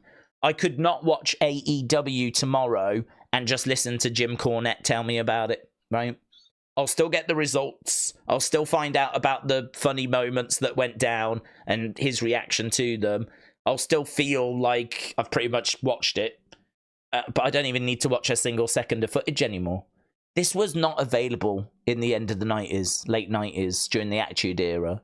We live in a completely different time. So you can't really use the ratings as much of an indicator at the moment as to kind of, you know, how engaged people are with wrestling. Because I think undoubtedly, globally, it's bigger than it's ever been. You know, if you think of them going around the world, going to do shows in Australia, doing shows in Germany, doing shows in France, doing house shows in different places as well. Because we did some house shows in Mexico that Stephanie Vacour was part of. So, you know, they're really trying to get out there globally. I feel like that's only going to have helped the global fan base. Globally, I think they're about as big as they've ever been. And, you know, Roman and the amount of money they're making, revenue, the amount people are prepared to pay on tickets, WrestleMania year after year after year in stadiums. Think back to some of those WrestleManias in the Attitude Era that were in arenas, right? Not stadiums, arenas. And now think about how year after year after year, 37, 38, 39, 40, 41. I mean, it doesn't seem like we're going to go back to WrestleMania being in an arena unless we do Madison Square Garden as like a special kind of WrestleMania 50. But I doubt that. I mean, I think those days are done. I think it's just stadiums all the way. So, and then the Saudi deal and, you know, the amount of money that Peacock are paying, the amount of money that Netflix have paid. I mean, this really, honestly, could be the greatest period in WWE history that we're going through right now. It just maybe doesn't feel that way because it's always compared to the Attitude Era, and we know how bonkers those Attitude Era ratings were, and that is definitely an L that we've got right now compared to the Attitude Era. But as we've just said, it was a completely different time. Imagine if the only place you could get your wrestling fix was by watching the show, and that was it. I do understand what the old school wrestlers are saying because I grew up watching old school wrestling. And I do think that there are things like Logan Paul, which annoys me about wrestling. There are things in modern wrestling that I really don't like. And there's, you know, sure, there's things in modern wrestling you lot don't like. There's definitely things that can be tweaked, can be changed. But on a whole, have we ate good recently? Undeniably, yes. Undeniable that we have ate so good. And it has been so much fun. Not every show. It's been up and down. But on a whole, will you remember 2024 fondly? I bet you do. I bet you do. You know, if you go through like Cody finishing his story, The Rock coming back, the We Want Cody moments, the Liveria story, the amazing cage match with Punk and Drew, you know, the Bloodline, the evolution of that story. Like, if you kind of go through the Wyatt Six coming in as Nightbirds, you know, you look at what 2024 gave us. I think it's been a really good year. A really good year. So I'm looking forward to hopefully next year being as good, if not better. And we know that next year is going to be special because of John Cena's retirement tour. So we know that Cena is going to be stepping away. So, yeah, lots of excitement around next year. Lots of excitement. And rightfully so. Because it is going to be something very, very special. I think it will top this year. I think next year will be better than this year. And I am here for it, man. I'm super excited for 2025. Because I think Cena's last year, it just guarantees next year's going to work. And then you got The Rock coming back. Cody won't be champ throughout all of 2025. I really don't think he will. So, you know, Cody will lose that title. That will be interesting for his character. Who does he lose it to? It's going to be a shake-up there. Obviously, we've got a lot of people around that World Heavyweight Championship. Does Jay get the title? Will Sami get the title? Will Logan get the title? Will Cena get his 17th? Will Punk get the World Championship? So many moving parts. It is very reminiscent of the Attitude Era in that regards, where you had so many big stars. And we've got a lot of big stars right now. Roman, Cody, CM Punk, undeniable. They are top tier, right? They are absolutely top tier. You've got Jey Uso, who has shot up, I think, to just that level below. I think Jey Uso is a huge star. Jacob is bobbing around as well. He's not quite up there yet, but amongst other fans that watch regular, Jacob is, you know, probably not that far behind Jay. He is someone that everyone has got like their eyes firmly fixed on, you know. So there's quite a few, you know. You can talk about Gunther and his development. You have to mention Logan because of his following. And it is quite reminiscent of back in the Attitude Era where we had like Kane, Jericho, Stone Cold, Triple H. You know, there was a lot of big names around at the top end of that card.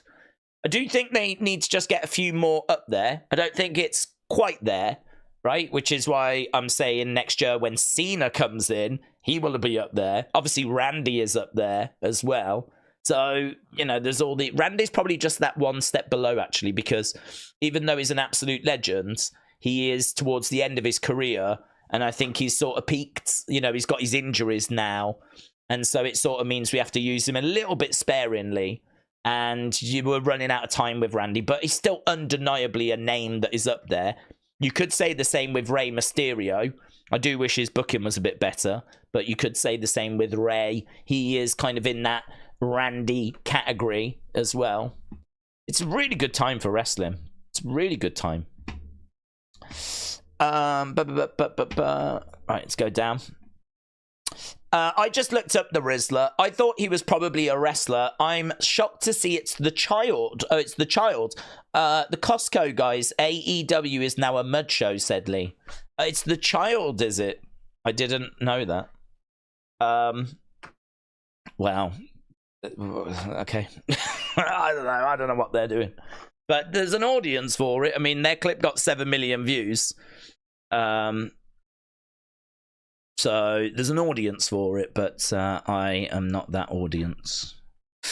Here's an idea, said Melissa. WWE could bring back WCW's Lethal Lottery, where wrestlers are randomly paired as teams, go through a tournament where the winning team goes one-on-one and gets a world title shot. Thoughts? I don't mind it. I'm not... I can't say I'm like for it or against it. I don't mind it. I don't mind it. I mean, they did that in AEW, and it didn't really do it for me. So yeah, I don't mind it. It's not one that I'm crazy about, but it's not one that I'm like really down on or anything. I just don't mind it. I don't really have a strong opinion on it. You could do it; it'd be all right.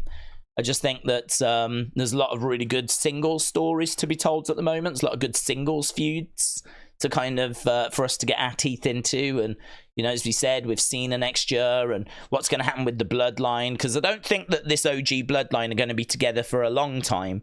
I'm basing that on the fact that Jay is so popular that you don't really want to tie him down for a long period of time. I think you want to have him out there, be set free, you know. So I wouldn't keep him in this group for a long time. Maybe I would keep him until WrestleMania. But post-WrestleMania, no. Roman, it's time for you to go and find your own way now. Without a bloodline. Jimmy, it's time for us to get going on you and see what you can do as a solo star. Jay, let's see if we can get you to a world title. Like, I would really be looking at that for after WrestleMania. So I just think there's a lot of stories with Bronson's in a much better place. Jacob, I mean, I don't know what happens to the Bloodline. OG Bloodline might split, but what happens to the Bloodline? Do they split? Do we pull the trigger on? I think everyone wants to see Jacob doing stuff away from the Bloodline. Can you imagine Jacob being a singles wrestler, just murking people? Like, and then of course you got the Wyatt Six around, so yeah, you could do it. I think because I'm just so excited about kind of where we are at the moment with the singles division, the men's like singles division. That's probably my only hesitation. Super chat. Let's go to that. George, shout out to you, George. Hope you're well, my friends. George said, don't get me wrong. Oh my God, we're going to get him wrong, aren't we? We are. Whenever someone says, don't get me wrong, we are definitely going to get them wrong. Don't get me wrong. I've grown up with Cena. Okay. He's my GOAT. But is no one else worried that he just can't go anymore? Think of the matches against Theory and Solo. Yes. I think you make an excellent point. I do have an excellent counterpoint. My excellent counterpoint is, I think at his stage... in his career, well, I think genuinely one of the hardest things to do is to go back for the occasional match, because I think his body is feeling the effects. One of the worst things you can do when you get older is stop, because your body, it takes longer to heal. It takes longer for it to get back into a rhythm, into a groove. You know, it's one of those where I think if you're actually doing it on a regular basis, your body gets a bit toughened to it. And I think like you can, you know, put on better performances. But I think if you go in and you just have the odd match, I think you do look a bit slow, a bit, you know, laboured. I think if he's around a lot more, they can structure the matches better. They can, you know, get the matches like where they need them to be. They can work through things a bit more. It's hard with his schedule that, you know, I really think he films and all this, and then comes in and it's like, how much of a window has he got to get ready? You know? Like, The Rock looked good in his match, I thought, right? In his tag match. And that's because he had Gallus. He had 3 rings in 3 different locations. He had Gallus come and work with him to get his body ready for, you know, the WrestleMania match. So I thought that he put in a really good showing at WrestleMania. I don't think John's been able to do that level of preparation for his matches because of his schedule. So I'm thinking, bring him back next year. First match might be a little bit ropey, right? But then hopefully second match looks a bit better, third match, so on, so on, so on. And hopefully when he's back in the groove and he's doing like 30 odd dates next year, he's gonna be putting in better performances. So I am hopeful. I mean, listen, whatever Cena has got, he's gonna give it next year, and he's giving it more time, and he's gonna, you know, get his body where his body needs to be, rather than being an actor that then has to just suddenly turn on being a wrestler that then goes back to being an actor. He is going to be a wrestler next year. And I think he might still do the odd little acting thing here or there, but he is a wrestler next year. That's what his focus is. So, yeah, really good point. This is the reason why I'm optimistic, is because I'm thinking he should look better with, you know, doing it more regular. I think that next year is going to be obviously massive. It's going to be really exciting. My concern is not so much his bad performances, it's injury. I'm really worried he's going to get injured, because the other thing about him being the age that he's at is that injury happens a lot easier. You've only got to land a bit awkward and, you know, you've done your ankle. Or, do you know what I mean? So you don't want those matches to be too soft, because, you know, you want to, you know, it's a John Cena match. You know, you want to see Cena going full pelt, really. Now, listen, it's going to be unfair to compare his matches to where he's been in the past. I think you're right in saying let's keep our expectations in check. But so if we agree not to compare it to like Cena of 10, 15 years ago, and we're just going to enjoy it for the Cena we have now, I think, you know, you'll get something from it. It won't be like Mike Tyson's performance the other week. You'll get something from it. But I hope like he goes for it and, you know, he gives his all. And listen, it's John Cena. He only knows how to give his all. I really don't think John Cena knows how to phone it in and give you 50%. I think the only reason he looked as bad as he did was because the fact that he hadn't been like putting in or had time to put in the required preparations. I still think what you got was 100% of Cena, even when he faced Theory, right? So I think you'll always get 100%, but my concern is injury. If he gets injured in flipping February, March, misses WrestleMania, I mean, I don't know what we do. I don't know what happens. I mean, I'm guessing he comes back and we get like John Cena doing like a few matches or something. Like, I don't think he can afford to give us 2026. So if he gets injured and he misses 2025 or 6 months of 2025, let's say he tears his pec like Cody did, and he misses half of 2025, I don't think he can give us 2026. So what does that mean? Does that mean that we just end up getting a WrestleMania goodbye and that would be it? So that's my concern. My concern isn't the quality of the matches. It's if he gets injured and we actually get cheated out of then losing out on a load of actual matches, a load of actual John Cena matches. That would be heartbreaking, to be honest. Cena should retire after WrestleMania 42. December next year is the worst time to retire, in my opinion, said Ninja. So you'd go all the way up to WrestleMania 42.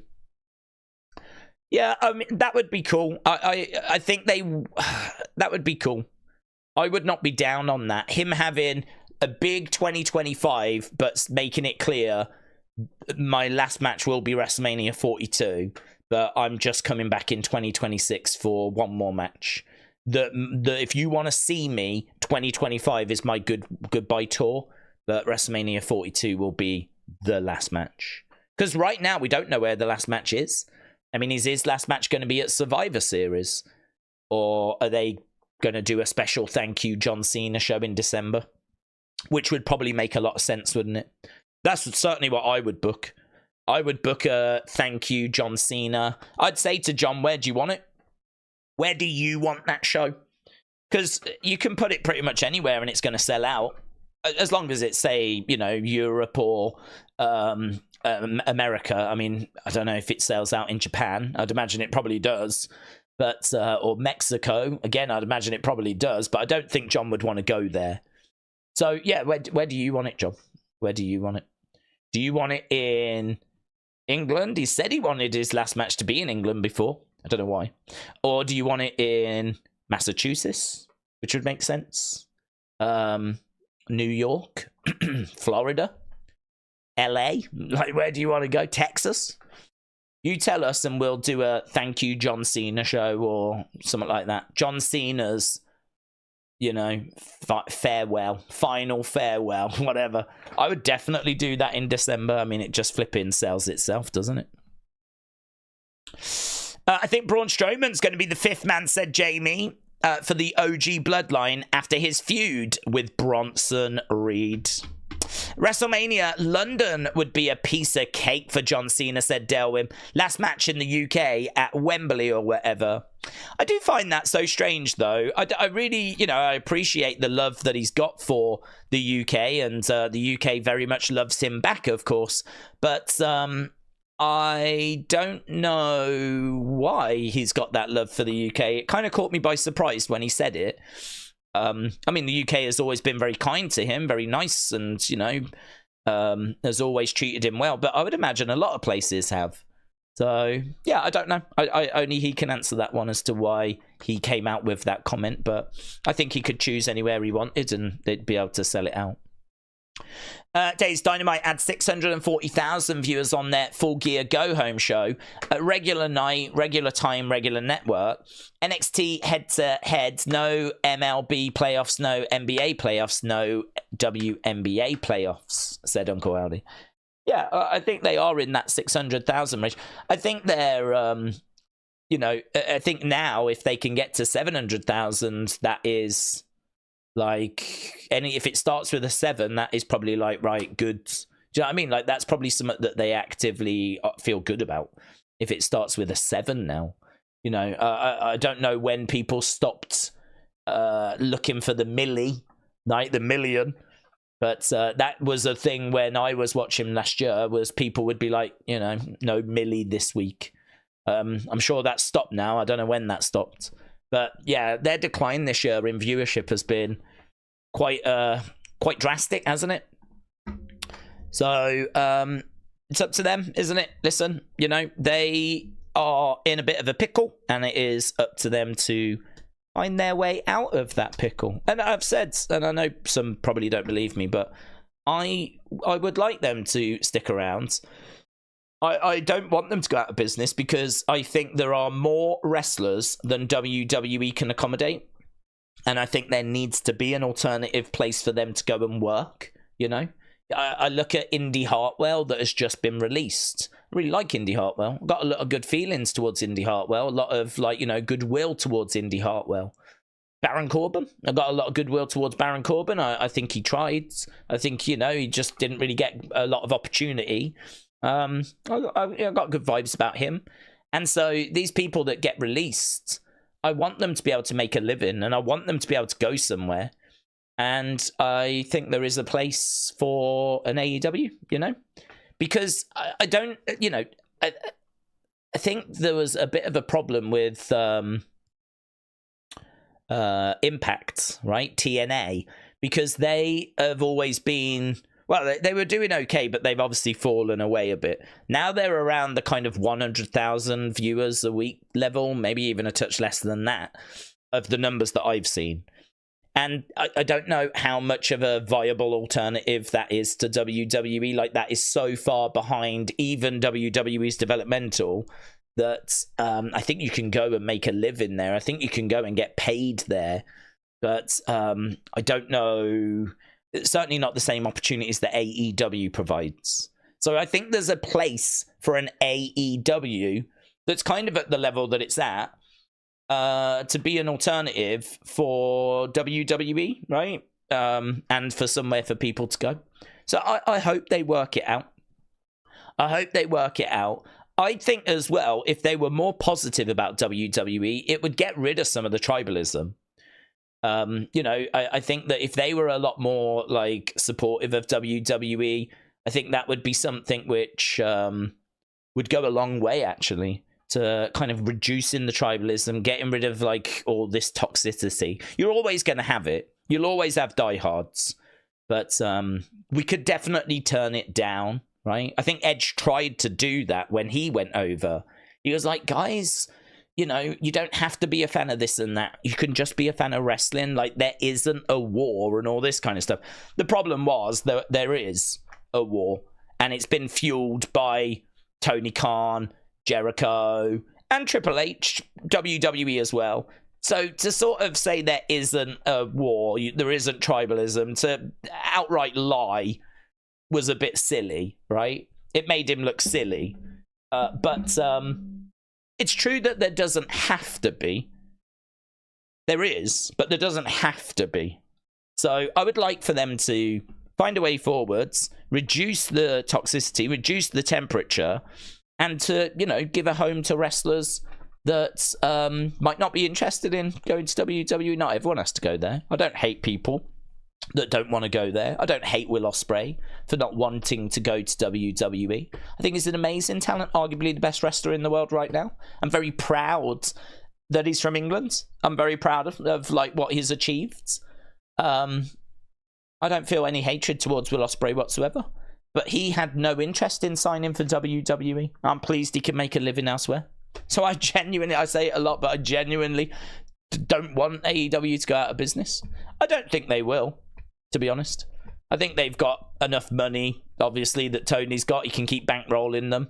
And I think there's enough green shoots that keep showing here and there to keep him going, you know? For example, they've just got a really nice TV deal, haven't they? A new TV deal. This is going to be like a brand new start for them in a way. They're trying to get like Shockwave out there, aren't they? They're trying to get Shockwave sold. If someone picks up Shockwave, that'll be another little green shoot. That'll be another little boost. So, you know, the ratings are probably a hard read for them at the moment, but there are little green shoots that are out there. Enough to keep them going, keep them around. They've got a great roster. They really do. I love their roster. I think they've got a lot of talent. There's a lot of talent there that WWE would snap up in an instant. Telling me that we wouldn't take Ospreay. Telling me we wouldn't take MJF. Telling me that we wouldn't be interested in Toni Storm with her like new gimmick that she's had that's really caught people's attention. You telling me that we wouldn't be interested in Jamie Hayter or Mariah May? Honestly, if she wanted, would we really not bring Sasha Banks back? Because I think we would. I mean, I know that she's certainly driven a lot of people away and maybe not helped her brand, but I think we would still bring her back if she was open to returning and was available and, you know, we was on good terms.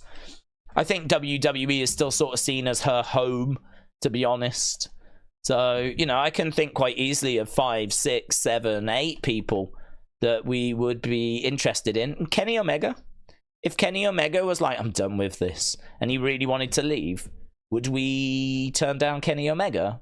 Because there's a lot of great matches Kenny Omega could have in WWE.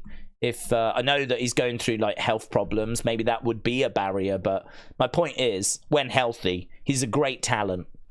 I know that Triple H wanted Switchblade Jay White, is a big fan of Switchblade Jay White. I don't know if that star has dimmed a little bit, but I know that he really liked Switchblade Jay White, so Switchblade would be someone that I'm sure WWE would be interested in. I think Takeshita has done some really good work as well.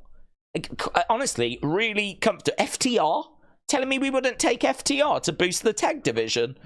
I mean, quite comfortably, you can find a lot of names in AEW that WWE would be interested in.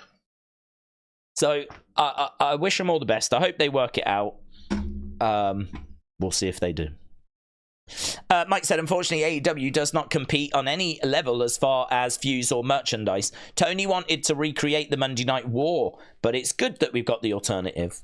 I'm going to say something that's a little bit controversial, and that is that I do agree with Dave Meltzer that if you look at the ratings, look at the demo, and that tells you who's won the week, right? I know that Dave never said that in the past. There is an old tweet from Dave Meltzer where he says it's not about the demo, it's about the viewership. This was in 2019, right? And people always like screenshot it and go, you don't know what you're on about, blah, blah, blah, right? Dave has said that he was wrong back then and that he has been told by a TV executive it is the demo that is the number, right? Don't worry about the total viewership. It is the demo. The demo tells you how many people aged 18 to 49 tuned into the show, right?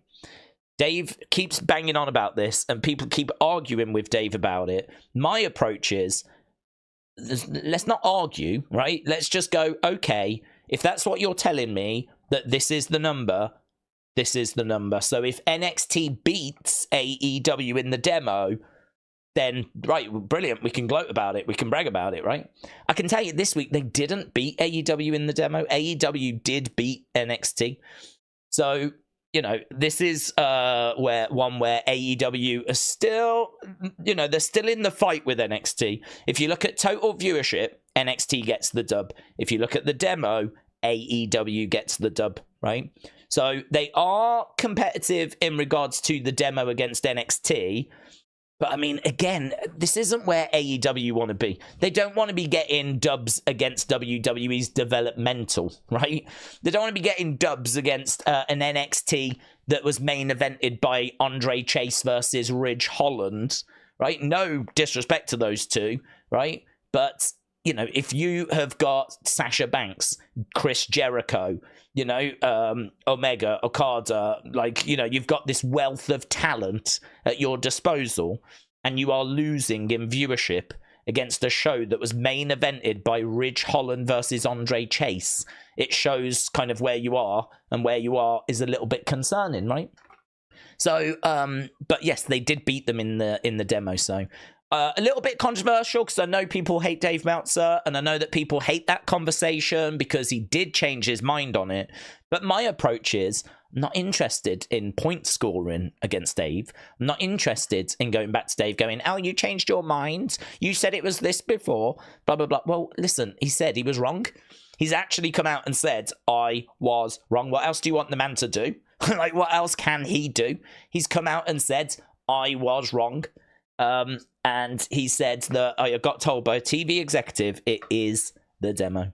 So I've listened to that. I've taken what he said. I have acknowledged that he was incorrect back in 2019. And so I do try to look at the demo now each week. I would urge that you do the same as well. Because every week it is the same. Every week the ratings come out. And, you know, people then go to Dave and Dave will say, no, AEW actually beat NXT in the demo. People are like, oh, you're always on about the demo. Can't you see how many viewers tuned in? And he's like, yeah, but the demo is what I've been told is what's the most important thing. I just, every flipping week, I see the same conversation on social media to the point where I've got the message now. I understand. Right? I hear what I'm being told. Keep an eye on the demo, right? So that's fine. So I do that as well. So they are competitive with NXT in that demo, but, you know, being competitive against the developmental is not really the place to be, is it? Here's Aaron. People say Tony drives the tribalism car. The thing is, who says you need to in the car? That's who says you need to be in the car. That's the way I look at it, says Aaron. Yeah, listen, I think he does. I think he has said, I mean, you're using a car. I'm going to use a fire. I'm going to say that tribalism is a fire that could die out, but different people at different times keep putting logs onto that fire to ensure that it stays burning. And it's not just Tony Khan that's put logs on that fire. Jericho has put logs on that fire, but so has Triple H, right? Triple H has put logs on, so has Shawn Michaels. He's put logs on that fire. Plus also, there's a lot of stuff that goes on behind the scenes that fans don't even know about, right? I've told the story before of I know that stores have been contacted and have been told that they will not get delivery of new figures if they give shelf space to AEW figures, right? I know that's happened. I speak to people, not regular, but I know people obviously in the industry that, you know, have told me of these instances. I would not be shocked to find out that WWE have done the same with arenas, because that's a famous kind of trick. You know, you say to an arena, if you put AEW on in your arena, you can forget ever having WWE, right? I don't know that that's happened, but I would not be shocked to find out that has happened, because it's happened in the past, right?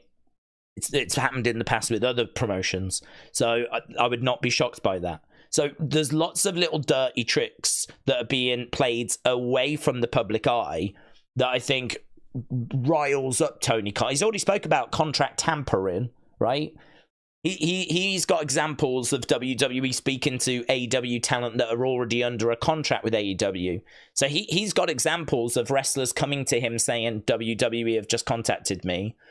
And so he knows that WWE are playing that game as well. So sometimes when Tony will lash out at WWE, it's not really out of nowhere. It's because he's got drama with, say, the action figures. He's got drama with the arenas. He's got drama with his contracts. Like, there are things going on that he is aware of that might not be in the public domain that are winding him up. And then, of course, he explodes. We see that, and it reflects badly on him, even though he's just reacting to stuff that's going on behind the scenes, right? But the thing is, you can't do that. I just really think that you need to take, if you're AEW, take that moral high ground. It will look so much better if they do that, because, you know, I think they would win some more people over. People would, you know, there's very little benefit of the doubt when it comes to AEW at the moment.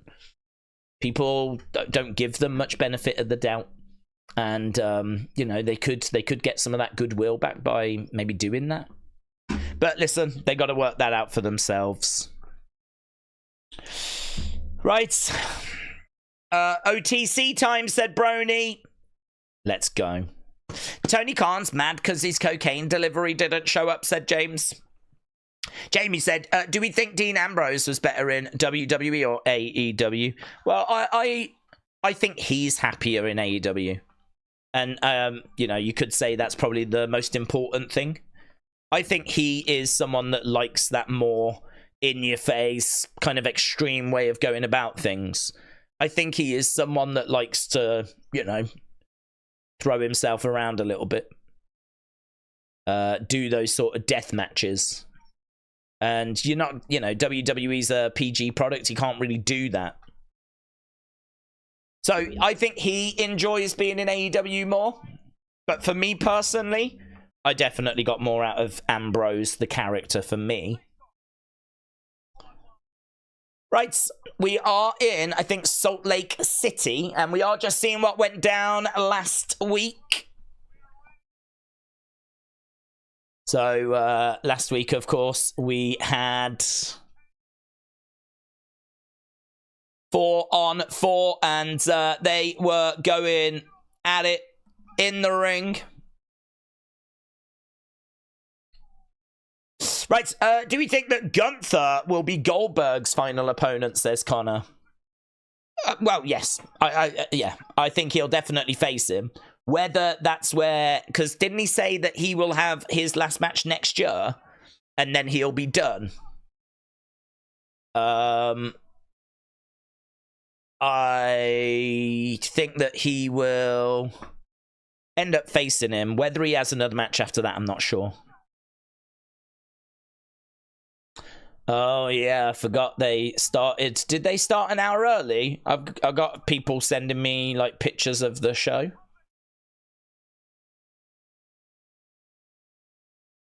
Yeah, I've got people sending me pictures of the show. Nothing spoilers. But I'm thinking that means we probably have already started a little early. We do tend to do that when they're taping another episode. Trini said, Tony is that one kid at school who, despite having the richest daddy, always sits by himself during lunch because he's just that annoying, and how he bought himself friends to play with. Aubrey said, I don't understand why we need another Goldberg match. King of Nothing said, I want Jacob Fatu to retire Goldberg. Imagine Cena Goldberg before retirement, says Matty Ice. It's an interesting question, actually. Who should retire Goldberg? I would quite like it to be Uncle Howdy as payback. If anyone could retire Goldberg, I'd love to right that wrong. Yeah? I'm going to avenge my brother. That's what I would do. Oh, yeah, this was sick. Oh, my God, it was a week ago we got Tyson against Jake Paul. That was a week ago. Jesus. I remember, like, we were desperate to go, but we stayed, and we got this moment. They haven't shown a replay of Sami doing that thing, you know. Jay said he would go and look at it. LS Dub said, hello all. LS Dub, shout out to you. Reyes, shout out to you as well, my friend. Welcome, welcome. Welcome to everybody as the Bloodline are making their way down to the ring. Let's go, Queens. Right, here's the Bloodline with Big Bronson Reed. Tongaloa, Tamatonga, Jacob, Big Bronson Reed, Solo as the leader. Do you know what? I know that we've not been crazy about this group throughout 2024, but Bronson being in that group, Jacob being in that group, Tama showing a bit more personality, Solo, I think, getting a little better in that leader role, right? I think they're in a much better place right now than they've ever been. And they do look like a badass group, all five of them kind of standing there. I was just looking at them thinking, like, how cool this would be if they were in New Japan. Because, of course, we have seen Gorillas of Destiny over there. I don't know if Big Bronson Reed has ever done anything over there. I think he may have done. But it's not too much of a reach to look at this group and see them as a group that could be in New Japan. A lot of groups in New Japan, of course. There they go, throwing up the wands. Solo in the ring. They do look good. I think they'll save Heyman for War Games. It'll be a bigger pop, said Maggie.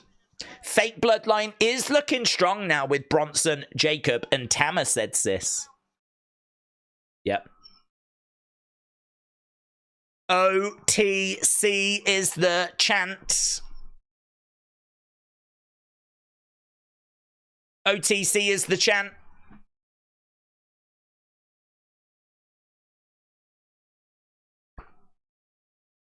Jacob.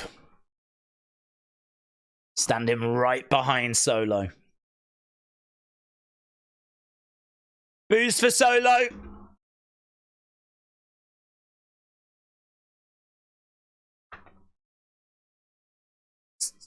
Salt Lake City.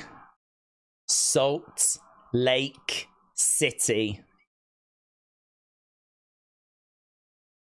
Acknowledge me. There we go.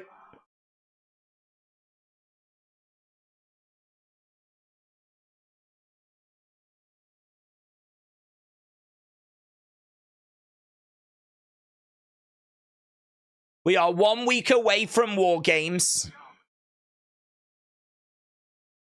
Bronson and Jacob would make a hell of a meaty tag team. Slapping meat, said King of Nothing. OTC. OTC.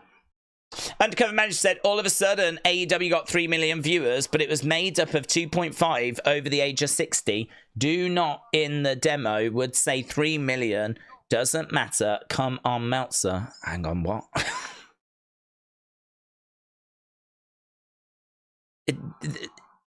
Hang on.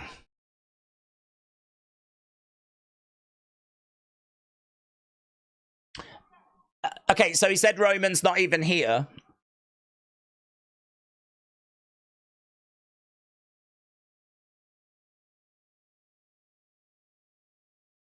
I need you to meet me in the middle of the ring.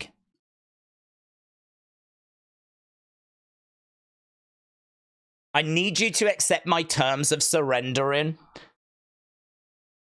So, Solo, once you surrender,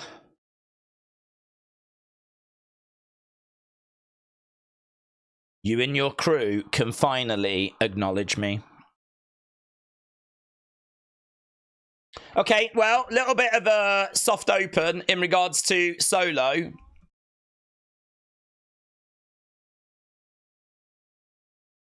Just coming out saying that he wants Roman to agree to his terms of surrender. Really, that was only 8 minutes long. I thought that it was going to be a little bit meatier than that, but we're done with the opening segment. That was it from this Bloodline. We go over to Corey and Michael Cole.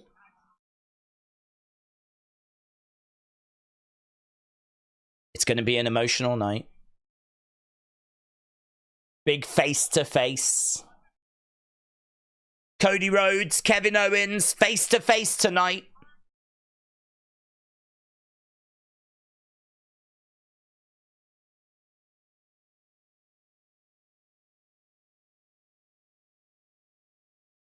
Also tonight we got tag team Candice LeRae and Tiffany, who do not see eye to eye, taking on Bayley and Naomi. Guessing Tiffany will take the L in that one. LA Knight. Santos Escobar. So we've got that tonight, United States. I didn't know we had a United States Championship match coming up. But we do have LA Knight, Santos Escobar. It's Bianca Belair. Right, Bianca making her way down. Me raw. Better than before. I never needed you at all.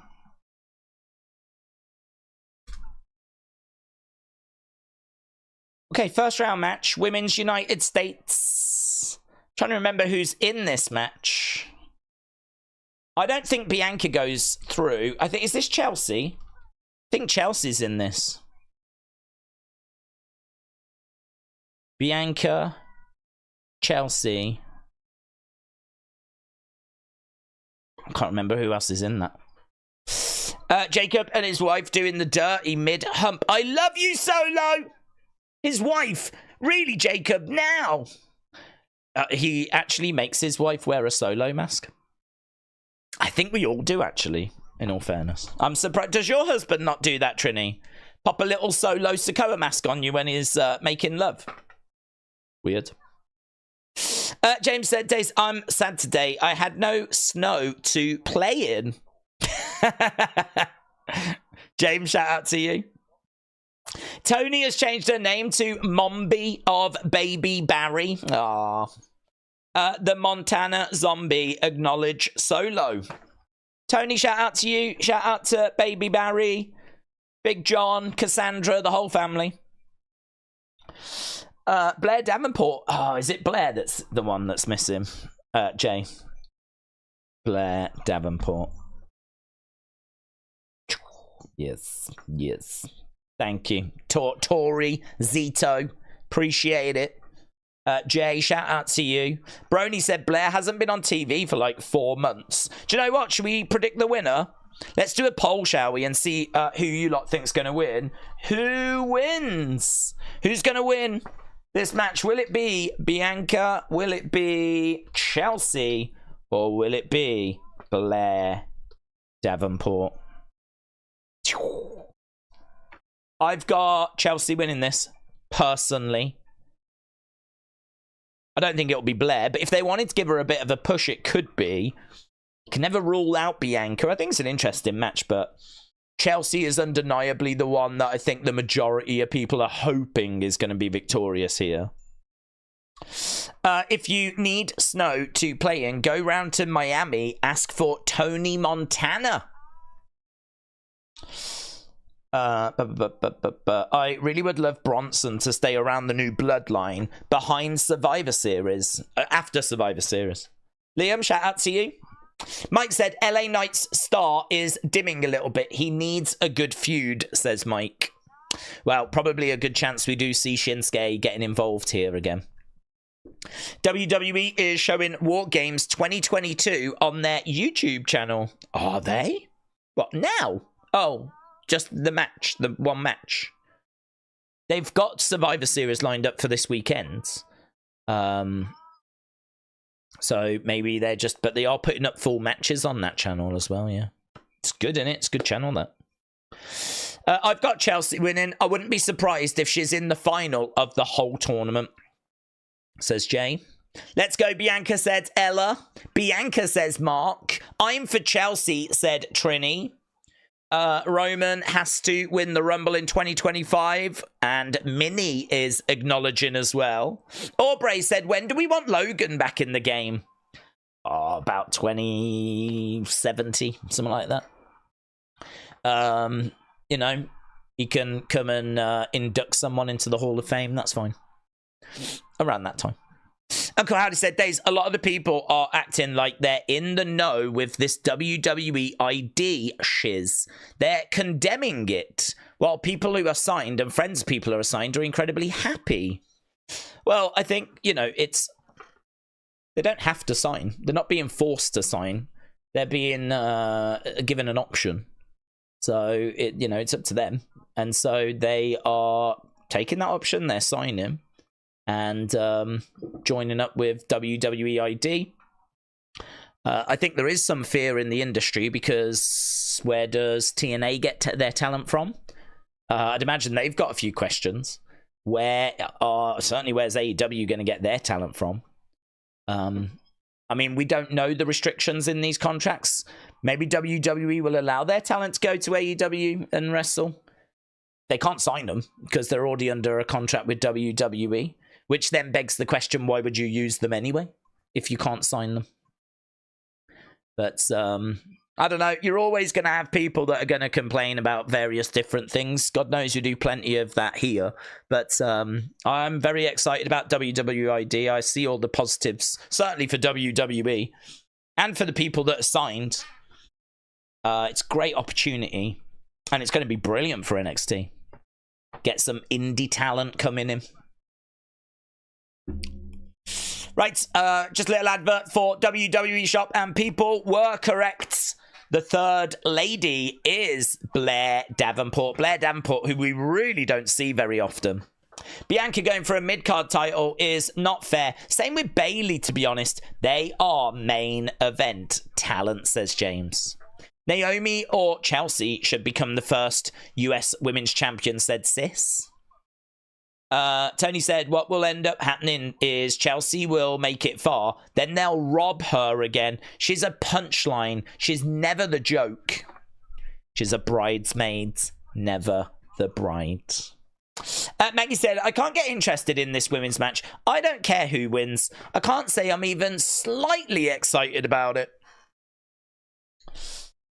There we go. We've got the championship.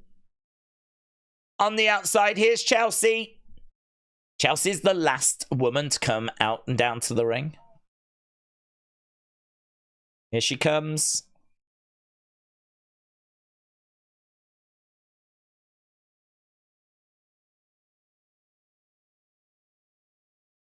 So, Chelsea Green getting her entrance, making her way down.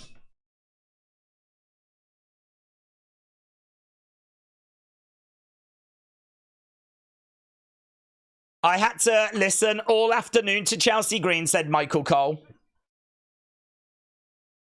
She was going off about how she should already be the champion.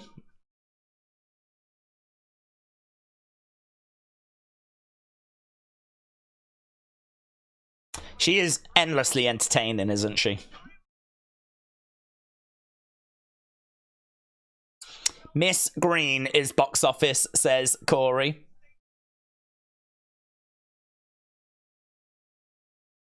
Chelsea in the ring then. We got Bianca, we got Blair, we got Chelsea. She tries to roll up Blair. Bianca comes over the top, rolls up Chelsea. No, Chelsea up on her feet. One. Just a one count. Chelsea rolls over. One. No, just lots of quick pins here. Kick coming in there by Blair. Yeah, it's a good point that by Corey. Corey said Blair Davenport could be the wild card here. She could be the wild card because we just don't ever get to see her. So she's kind of underrated, if you will. Oh, Bianca going for the cover on Chelsea. Chelsea manages to get her shoulder up. People are acknowledging she is a star, said Dexter. WWE YouTube channel is showing all of Survivor Series 2022 tomorrow, 9 a.m., 2 p.m. Really, Vic? They're showing... That's come out of nowhere. Crossbody there by Blair Davenport.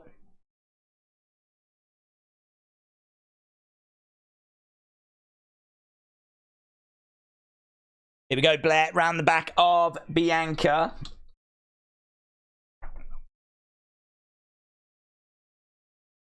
So the outside goes Bianca. They still don't have anything up on their channel for it. Perhaps they've just not set anything up yet. I've just gone onto their channel to have a look, so I'm a bit confused. They've made a big announcement about Survivor Series 1990. Oh, is it the main WWE channel that's doing it? God, are they getting in the act now of showing events? Oh, yeah. Oh, yeah. So that's the main WWE channel. God, that's confusing, isn't it? So tomorrow, they have got Survivor Series 2022 being shown on the main channel. Wow. I really feel like we should do it, but I didn't even know about it. They've got a 24-hour marathon coming up as well on Sunday. That's just going to be like loads of Survivor Series matches. But Survivor Series 2022, the full event. I mean, we're doing the one on Sunday. I really feel like we should do that one tomorrow. I think UFC this week is like at a weird time. We're not able to do it. So we could do that instead, but that's like 2 o'clock in the morning for me.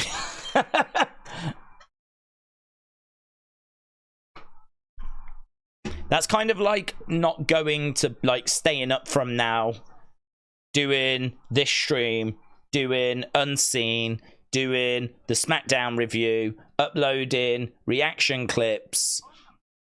Probably be about 10 o'clock by the time all of that's done. This starts at 2 o'clock. So, I mean, I could go and have an hour or two sleep, but I don't know. I'm really confused now. That's thrown a spanner in the works.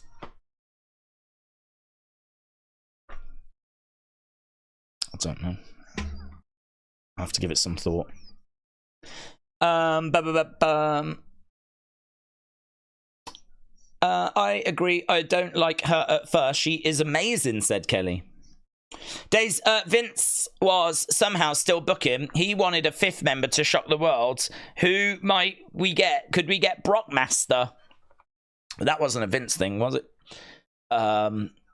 No, I don't think he would. I don't think he would book Brock. Maybe he would. I mean, if he was still around, Brock being used would not be the major talking point, would it?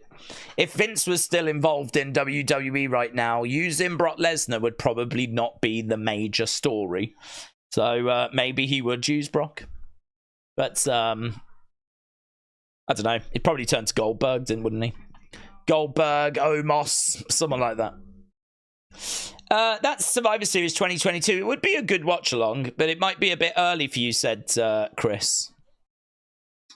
Yeah, I honestly, I don't know. I'm confused. I didn't even know about it until just. I'm over Bianca and Jade as a team, said Brony. It was cool pairing them at the beginning, but their feuds have been poor. It's not their fault. The women's tag division is just non-existent, says Brony. Omos, shout out, said Aubrey.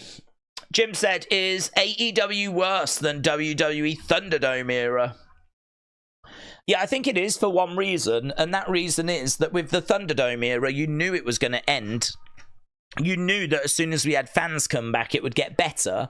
So I didn't like Thunderdome era at all. I mean, I actually preferred when we were in the Performance Center compared to the Thunderdome era. I thought that was worse. So that was not a good time. But the big thing was that we knew we were going through a pandemic. We knew that pandemic wouldn't last forever. It was just a case of, like, you know, getting back to normal. And that, you know, as soon as we got fans, like, everything would be hopefully better. With AEW, you just don't know when they're going to turn it around. I mean, you'd like to think they will, but there's no guarantee that it's going to get turned around. So I would say the AEW situation is actually a bit worse than the Thunderdome situation. Right, we are back to the show. If you are just joining us, we have got Bianca in there against Blair. Lovely handspring into a moonsault. That was great by Chelsea. She just did a drop kick and like a senton at the same time. She drop kicked Bianca whilst also sentoning on top of Blair. Chelsea going for the unprettier. Again, Chelsea gets flipped back. There's triple German suplex. Here we go. 1, 2. Oof. Broken up there by Chelsea. Chelsea just preventing Bianca from getting the victory. They're pulling out a lot of spots here. Bianca handspringing and moonsaulting, and we had that German as well. Here's Chelsea with Bianca. She gets driven back into the corner. Bianca driving Chelsea into that corner. Bang, just bang, smashing her with the shoulder. Bianca goes over shoulder first into the corner. She goes to the outside. Here's Blair Davenport. Blair Davenport, big right forearm. Kick coming in there by Chelsea. Davenport is perched. Looking for a suplex, and she gets a suplex. Big superplex off the top there by Chelsea. Bianca's up top, though. Oh, splash by Bianca. 1, 2. Chelsea makes the save. She hurls Bianca out the ring. Goes for the pin. Ah, Bianca grabs the leg of Chelsea. She's going to hurl her into the barricades. Here's Bianca. 1, 2. Oh, Blair Davenport kicks out. Blair. Who shouted? Oh, wow! Jade, oh my God! She's been smashed through the windscreen of a car. Wow, look at this. We've got Bobby Roode there. Look at her body. She's all like, God, it's like a murder scene. We need to do a chalk outline. Bianca's trying to figure out what to do. She decided she needs to go. Bianca's going back. She is going to be out of the equation. I think was there like blood on the eye there of Jade's, or like a wound or something. 1, 2. Blair went for a pin on Chelsea. This match is continuing. Quite an image though of Jade. That looked horrific. She's got her up right now. Looking for her, and Prettier gets it. Chelsea's going to get the win. 1, 2, 3. She gets it.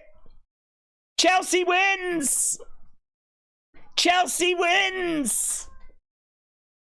Oh, that's going to please a lot of people, man. That's going to please a lot of people. An assault on Jade Cargill has basically taken Bianca out of this. So far, it is going the way we thought. We predicted this whole thing when we first saw the bracket. We had Bayley progressing. We had Chelsea progressing. 2 more triple threat matches coming up. Since Jade is dead now, Charlotte might be the replacement, said Johnny.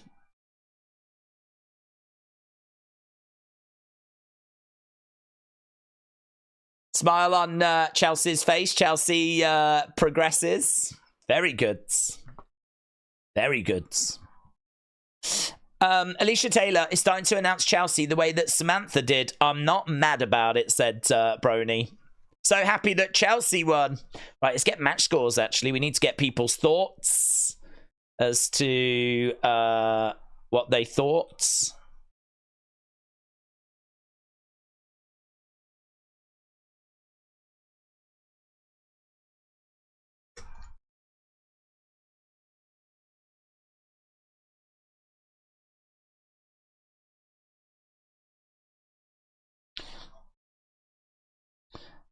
Okay. It's green, not green, said Kelly. Match score. All time. Great. We are at commercial break, by the way. I just want to get this poll up so that people can vote. Lovely. I love Jade. I've been a fan since TBS. TBS. I don't know where that... Oh, there we go. Word of Wrestling, hello. Since the TBS reign. But this is crazy. We need her to dominate. Well, she's certainly dominating the bonnet of that car. She's dominating the hospital that she's been transported to.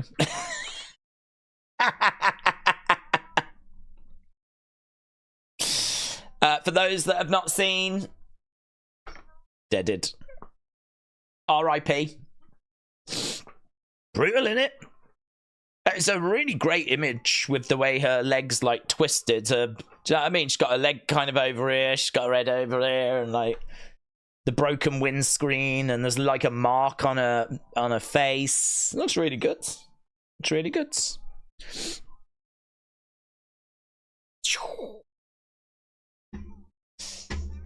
What if it turns out she was never attacked? She just wanted it to look like she was attacked because she doesn't want Bianca to be successful. It's probably not what's happening, but we've certainly seen that story before.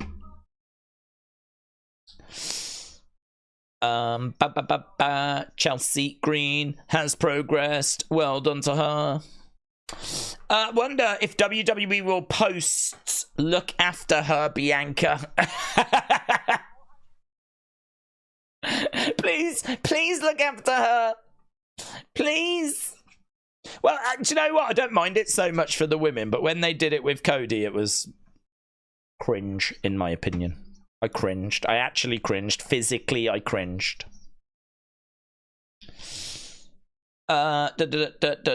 Kelly, so why does someone say Chelsea won?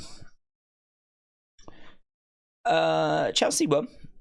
Will we know the winner for Web's Got Talent show on Tuesday? Yes.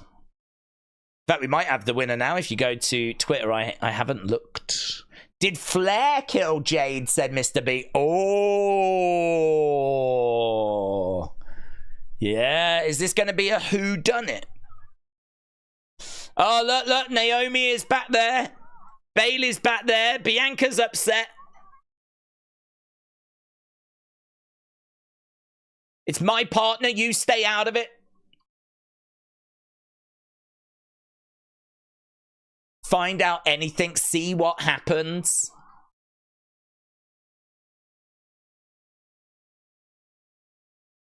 Bayley and Naomi were on the scene rather quick, weren't they, eh? Jason Jordan was there rather quickly. Just making notes. Richard said, I think Bianca and Chelsea's feud could start at SmackDown. I want to see Bianca attack Chelsea to stop her winning a title. So you... Adam Ray. Who's he? Oh, look at these pranksters. he's choking that guy next to him, isn't he? Did you see it? And he's like, oh, yeah, I'll have to watch his comedy special. Looks brilliant. Right, Richard said, I think Bianca and Chelsea's feud could start at SmackDown. I want to see Bianca attack Chelsea to stop her winning that title. Here's LA Knight, yeah. Yeah. LA Knight is taking on Santos Escobar. Boom. Boo, boo, boo, boo. Right, Days, right, cool. Chelsea advances in the US title tournament. Bianca left the match as they showed Jade out on cold on a windscreen of a car. Could be a small step to the inevitable. Spilt. Uncle Howdy, shout out to you. Those WWE parking lots are very dangerous, said Sis. All the security must be busy inside. Oh, security are useless. We know security are useless. We see how good they are when they come down to the ring. Can't rely on security for anything. They're just there for show. They're just there to tick a box on a health and safety form. Have you got security? Yeah. They're going to do anything, but yeah, we do. La Carto. Adam Ray played Vince McMahon in Young Rock, said First 48 Gaming. There we go. There we go. If that doesn't tell you everything you need to know.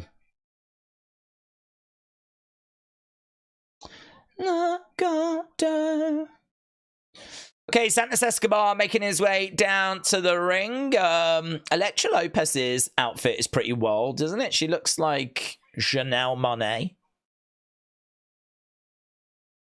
She looks like a lady android.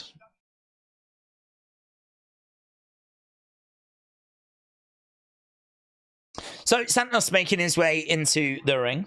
Anyone else not watching Survivor Series because of Bronson and Seth's involvement, or is it just me, said Opulus Travels? Oh, I'm going to watch it. I'm not... I wish it was 4-on-4. I'm right with you on that. I have no qualms with the fact that, for me, it should have been just kept family against family. But I'm not going to not watch it as a result of that.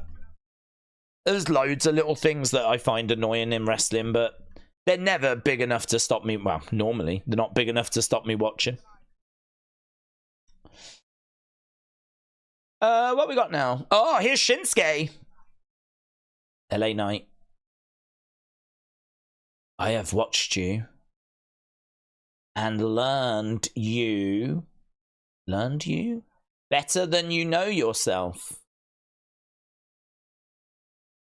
You are riddled with insecurities. You beg them to chant your name with a growing aura of desperation. You lash out so they don't see how frightened you are. How you lie at night, consumed with fear that everything you've obtained will slip through your fingers. This is so good. Your fears are justified.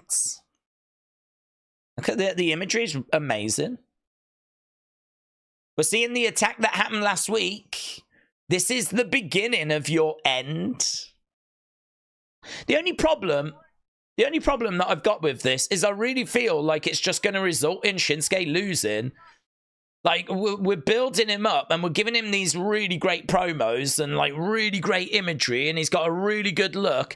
And we've done this before, didn't we? Against Seth. We've been here. I feel like I'm back in a town that I've visited before.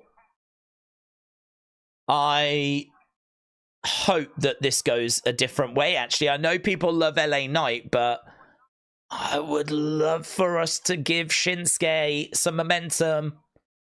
Like, actually pull the trigger and invest in this new character. I'm just really concerned that they're gonna just use him to have a little bit of a feud and that'll be it. Justice for Shinsuke. That's what I'm saying, kids. That's what I'm saying. I'm saying justice for Shinsuke. I'm also saying, what did you score that first match? Which was Bianca versus Blair versus some of the boomer. Chelsea. Okay, you weren't mad about it. 32, 24. Good 96.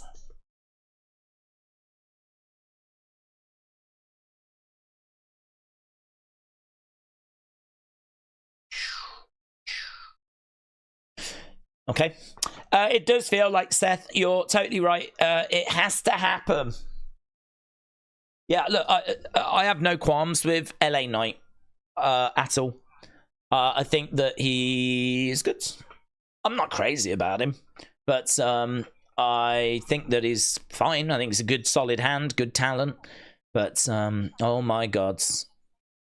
Shinsuke is someone I've wanted to see us pull the trigger on for so long. And it felt like last year, around this time last year, actually, with the Cody and the Seth thing, it felt like we were in a good place, a really interesting place with him. It felt like we'd cracked how to present him. And lo and behold, feels like we're there again now. So I am sort of rooting for Shinsuke. Sorry, LA Knight stands. I'm not trying to upset you. Or am I? No, I'm not. I feel like LA Knight and Cody have about the same meaning in their promos and opponents, said Aubrey. Uncle Howdy said, no way I'm getting a demonic Shinsuke before a demon Finn, but I'll take it. Hashtag Smackdown. Uncle Howdy, shout out to you. Ash said, why are people saying Bianca killed Jade? I think it was Charlotte's. Well, it's just theories, isn't it? I mean, she could have done it before she went out to the ring. It would mean that Jade was lying there unconscious for quite a long period of time. So that would be my only reason that I'd be like, that's a long time for her to be lying there undiscovered. Not impossible, but is it more likely it was someone else? Don't know. She's in the running. She's in the running. It could be. This will be the big talking point at the moment. Who attacked Jade? I think a lot of people are thinking that we get Jade Bianca at WrestleMania, and certainly I've heard that's the plan, but or was the plan. But is this how we start it? Is this how we get there, or is it just a little too early? Perhaps we don't need to even do anything until after the Rumble. So I think that's why some people are thinking it is Bianca. Piper did it. She was hiding behind the wall, said Ryzen. Was she? Could you see her? Maybe Naomi did it, said Chris. Perhaps the ambulance driver did it because he was bored. Did you think about that? Imagine that you just sat backstage and you're bored and you got nothing to do. You could murk someone and then you got something to do, ain't you? Rather than just sitting there, just like, I don't know, doing Sudoku. You could be like helping someone. If you're an ambulance driver, you've spent your whole life getting trained to help people. What do you do if there's no one to help? You murk people so that then you can help them, and then that gives your life meaning. So I'm not ruling them out. Over in the corner goes LA Knight. LA Knight, yeah. Kick coming in. Enziguri kick there by Santos. WWE have trademarked RKO. Right now, looking for a cover to kick out there by LA Knight. Charlotte attacking Jade, which in turn makes her heel. Then taking Jade's spot, joining the babyface War Games team. Doesn't make sense, said LS Dub. Nathan said it would be interesting if fans and wrestlers think it's Liv and the twist. You could have Liv do a promo and Charlotte comes out. Matt said, I always enjoy watching wrestling. We make it fun and enjoyable. Matt, shout out to you, my friends. Thank you for the kind words. Appreciate the kind words. Appreciate the support of everyone joining us tonight as we are enjoying SmackDown. Not a bad start to the show. Very quick little Bloodline segment. Then an interesting triple threat. Quite spot heavy. You guys were... you thought it was okay. But that's Who Murked Jade segment has definitely got people talking. Right now, obviously, the championship online. Only problem with this is we know that Shinsuke is around. I can't see LA Knight losing the flipping title before facing Shinsuke, so it doesn't feel like he's going to lose here. Over in the corner, shoulder first. Boom! Net breaker there by LA Knight. So, kick out. So, kick out by Santos. This match is continuing. Boom. Richard said, I think that Chelsea should feud with Bianca. I think that this might mean that Elektra Lopez is the attacker. LA Knight is up top.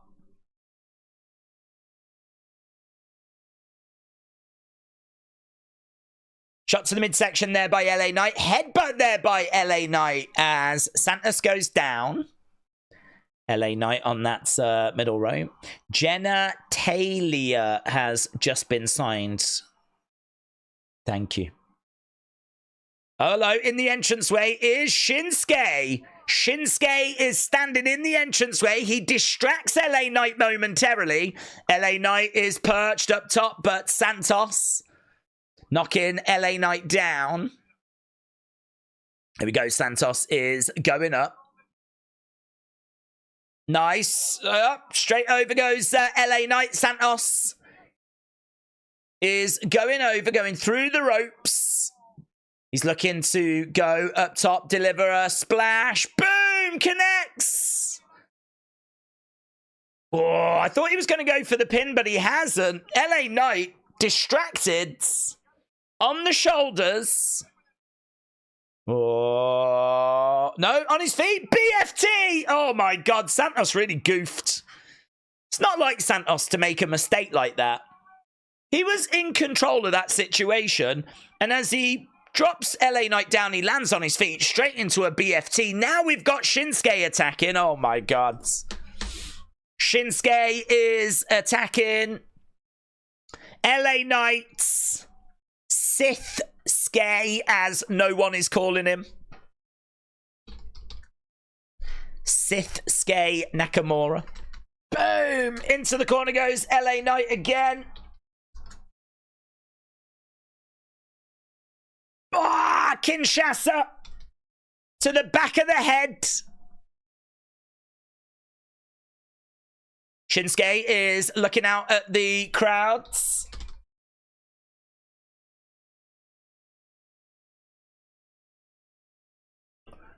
Shinsuke backs away, gets out the ring. It's just great to see him getting featured in it. It's just great to see him on the show actually being used. So, making his way to the back. LA Knight, yeah. Shinsuke is looking great, said Johnny. Jade murked Jade, said a American Nightmare. That's great. Jade, that's Vince's approach. Jade murked Jade. Let's go. This might be the most dangerous Shinsuke we have ever seen. K-Dub said, Santos, put the fries in the bag, bro. Okay, so last week we had Motor City Machine Guns against Street Profits. Street Profits obviously were determined that they picked up that victory. It wasn't to be because of Tommaso.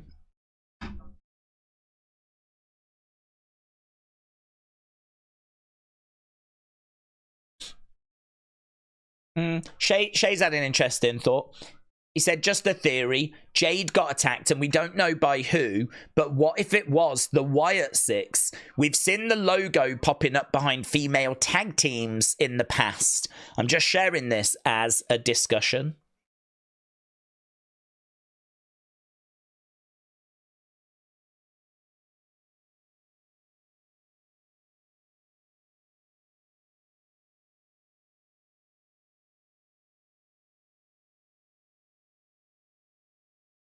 We can fix this. You guys are champs.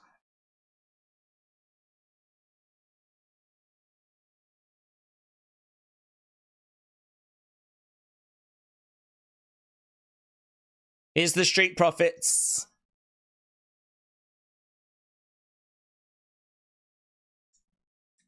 We got next.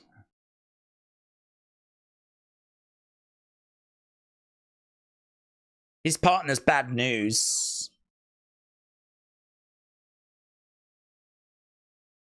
What does that mean?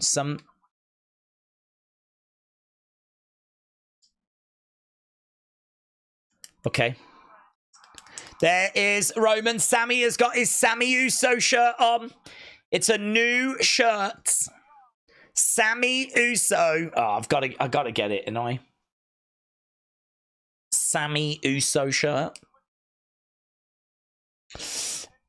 Days, after seeing the WEP, what is the story behind Tommy delivering the greatest heel promo to you after you dabbed? Oh, we'll have to cover that a different time. Because, to be honest, I can't even remember. Because we're going back to 2017. So I can't even remember what was said. I just remember I was doing Wrestling Shop Live. I believe it was the first time. And I remember saying to Wrestling Shop, like the people that run it, I was like, you know, there's another guy in the kind of figure online wrestling, quite a big deal. I've spoke to him a few times. I could definitely get him to, like, you know, do a little summit. We could do a little summit. And I think the people attending would really enjoy that. And they were like, okay. I mean, they weren't sure because it's not a world they know. They weren't like, oh my God, yeah, this is amazing. They were like, okay, yeah, we can, if you think that's the right thing to do. And so I was like, yeah. People all love it. And people did. They really enjoyed it. And, you know, we had like the kids come up and we like gave out some fidget spinners and had this little moment where it was interrupted by Tommy, and it was a fun little moment, I thought, and it was well received by people in the room, and Wrestling Shop enjoyed it. They didn't have no issue with it. I think Tommy enjoyed it, so I mean, it was all good. I thought it worked really well. But what actually happened in that moment, to be honest, I can't even remember. I can't even remember anymore. But yeah, my relationship with Tommy goes back all the way to 2017. I mean, I think I'd reached out to him to say, oh, I really love, like, you know, your channel. It was a big inspiration to me back in 2017. So yeah, that Wrestling Shop moment was, I want to say maybe the November of 2017, something like that. It was super late in the year.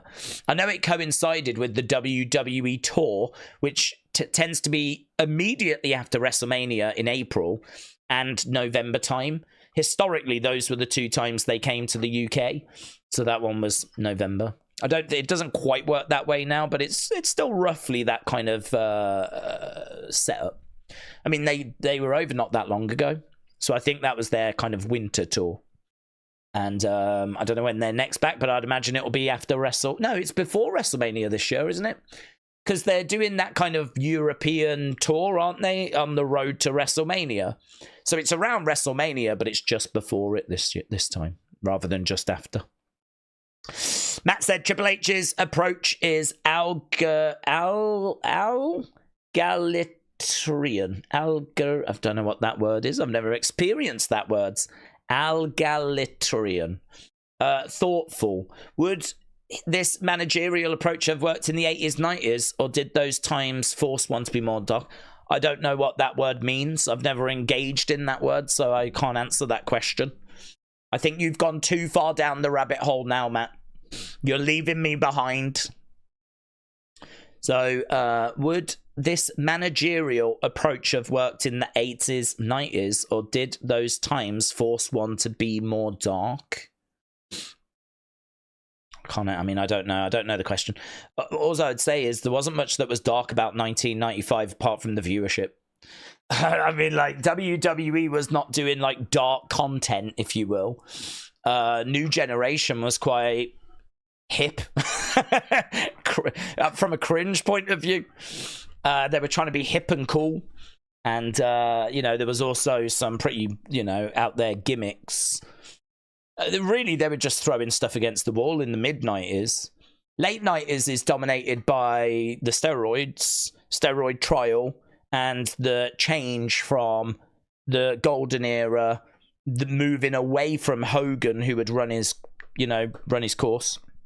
People were getting tired of Hogan by 92, and they wanted something new. And so not only did we have that, but we also had the steroid trial, which meant that the guys couldn't be as big as they were. We needed to go in a new direction. We didn't quite know what that direction was. We throw a lot of stuff at the wall, not much sticks.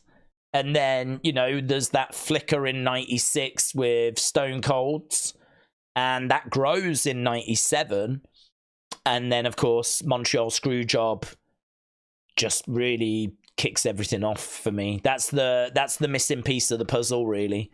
You got a lot of pieces in place, but it's the Montreal Screwjob and the after effects of it that really, you know, lights everything up. Oh, hello. Corey Graves makes onions cry. That's a hell of a sign. A little fan there said, Bianca, I want to give you an EST hug.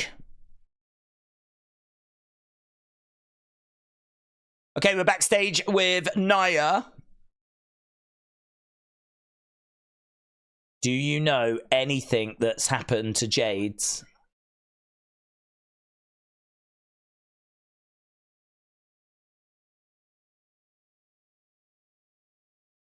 I was busy helping Tiffy and Candice.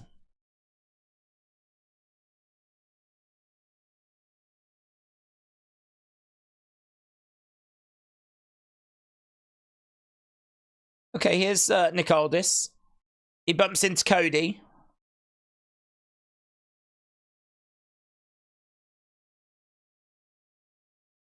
I've not heard from Kevin.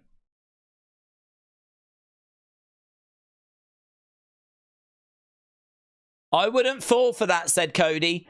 Kevin wouldn't miss this opportunity. Cody Rhodes is making his way down to the ring.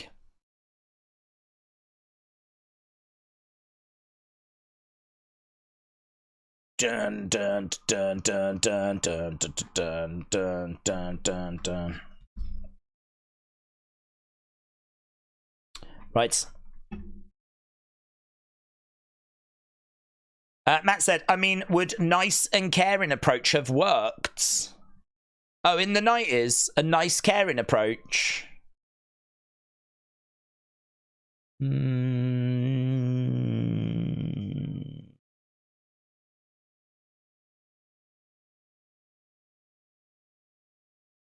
It's hard to answer, innit? I mean, I don't want to just say an answer for the sake of an answer. I'd like to think it would. But I do think that Vince's dark arts of not giving a flip and just doing what is right for WWE, what is right for him and what is right for WWE, undeniably put WWE into a strong position.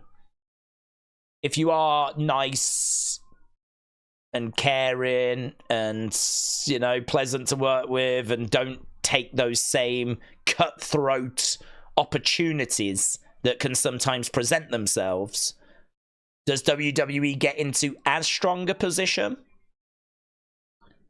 You know, Vince was putting up pay-per-views against other promotions' pay-per-views, like Starrcade and whatever. And he was saying, I won't give you WrestleMania if you show Starrcade. If you show that promotion's pay-per-view, you won't get WrestleMania. It's not a very nice thing to do, is it? But it did result in a lot of those cable providers not carrying Starrcade and other promotions' shows because they didn't want to lose WrestleMania. So I'd like to think you could still succeed, but I think you would definitely be making it harder for yourself. You'd definitely be making it harder. This is the concern about losing Vince, actually. I'm not worried about the booking. I'm worried about the business side, which is cutthroat. There's a lot of people think Tony Khan's too nice. Here's Cody then.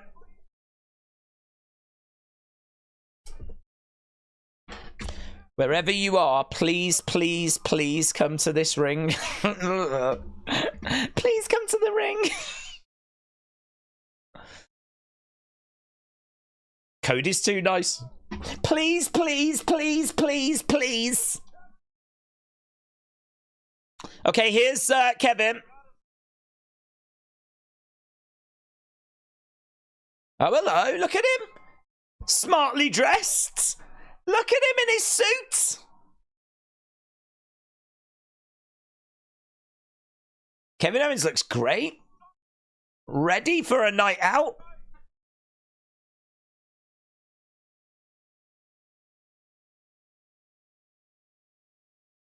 Here I am. Dressed to the nines.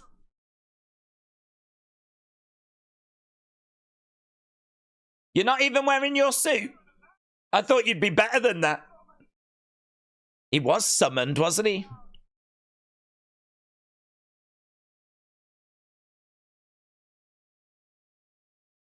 Cody in the ring, Kevin in the crowds.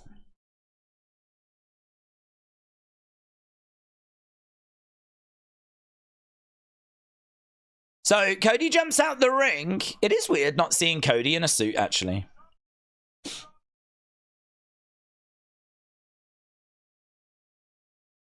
I'm here. You're there. That's good enough for now.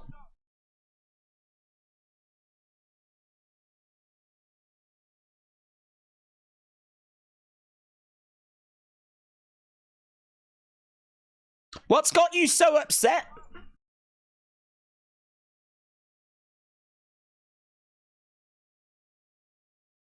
It's your fault. This is all your fault. Kevin going over. Cody in the ring. Kevin walking through the crowds. Oh, a couple of kids are touching Kevin as he walks past. They're brave. Kevin jumps on the commentary table.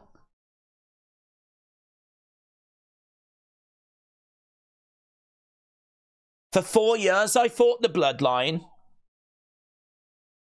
They tried to end my career.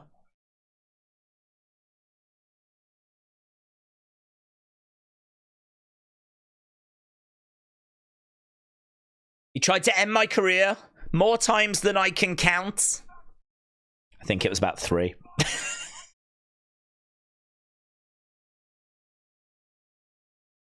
I fought them alongside you.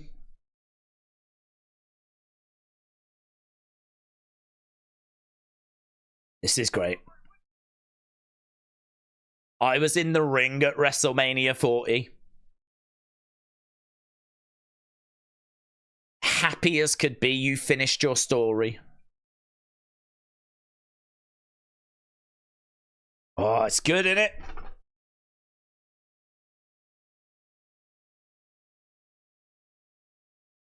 You team with the guy that tried to end my career.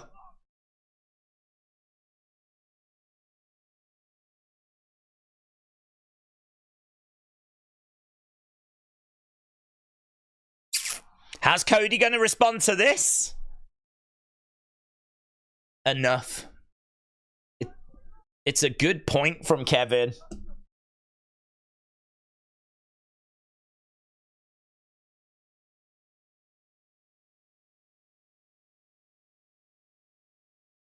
Let me call this what this is. Me teaming with Roman had nothing.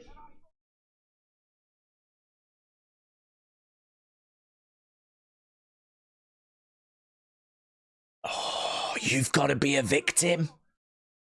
Oh.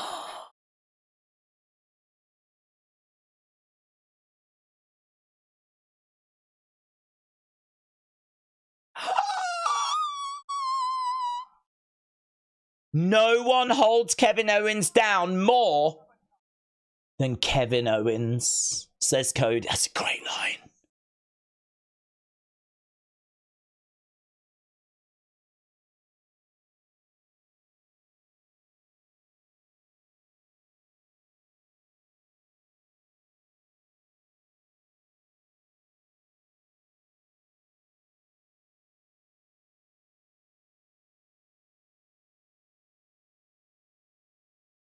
You have been synonymous with WWE for a decade.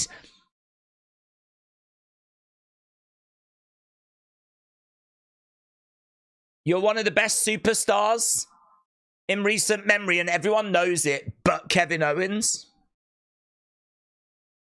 It's easy to say that, Cody, when you've got the championship. It's easy to say this is a team effort when you're the champ. Not so easy to say if you haven't had that belt in a few years.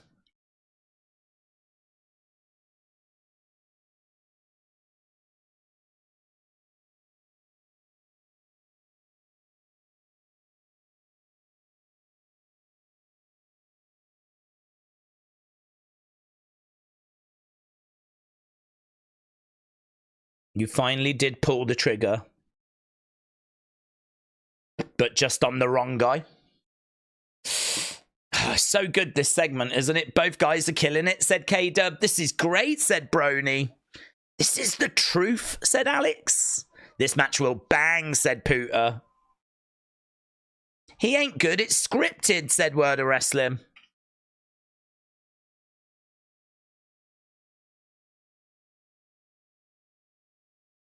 You brought back a banned move, a move that has ended lives. You crossed the line.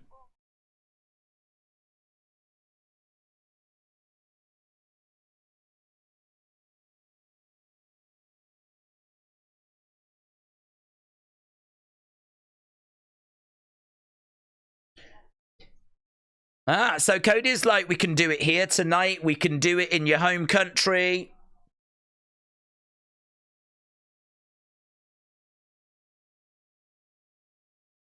The ball is in your court. You want to fight me? You want a match?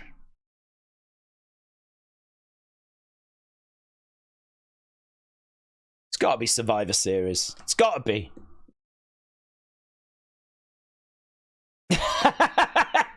They boo him and he's like, well, it's definitely not happening tonight. Good job.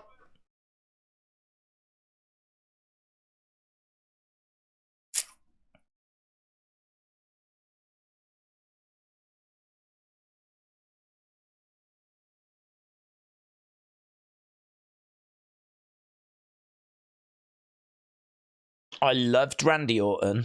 You? I hate you. I might have crossed the line with Randy, but I loved Randy. You? I hate you. Kevin's walking away.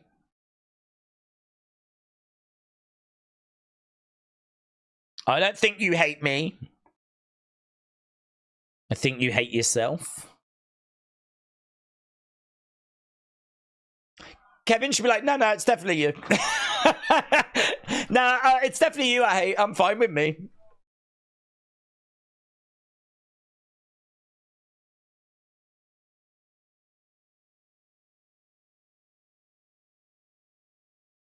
There's not a single line I won't cross, said Cody.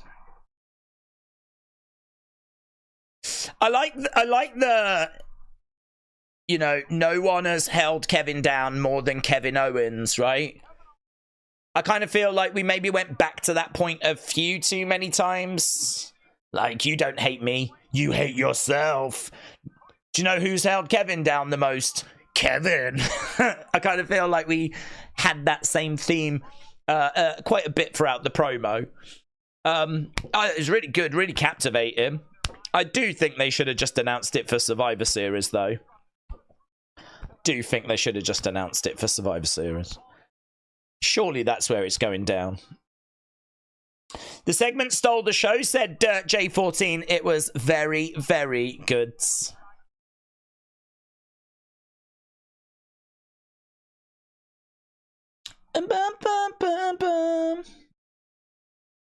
Right, Days, this is what Cody has been missing as a babyface. A babyface needs a heel everyone can hate alongside him. He hasn't really had that since Roman. This works so much better for me, said AB Jobson. Ooh, love that.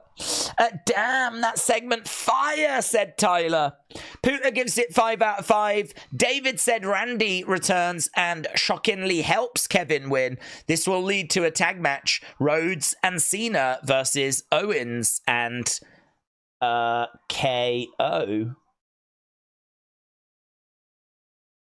Randy. Owens and Randy. What? Randy returns and helps Kevin, says David. Oh, hello, we're backstage with the OG Bloodline.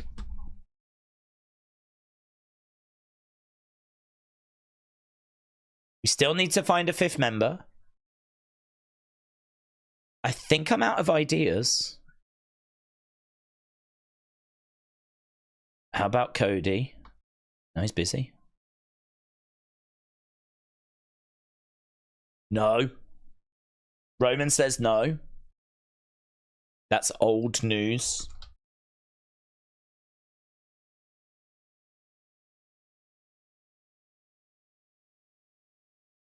We could try Seth Rollins one last time. Roman stares at Sami.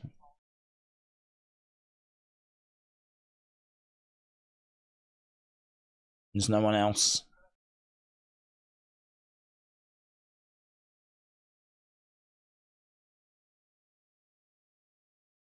We don't need anyone.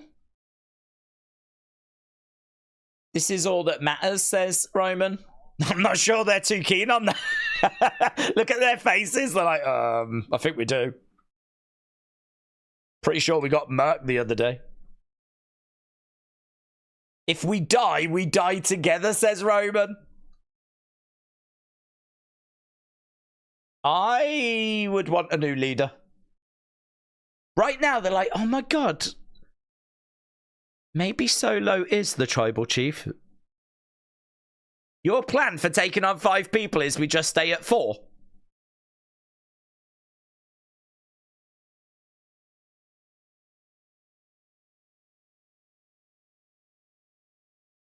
Wow, there's drama, isn't there? If we die, we die. OTC chants. I love Roman as the OTC, said Icon. We're all gonna die. Yeet, said Ella. Yes, let's go. Imagine if they do. What if they do and they are decimated? And that's it. And they go away and this is the end of the bloodline. God, I'd be so emotional.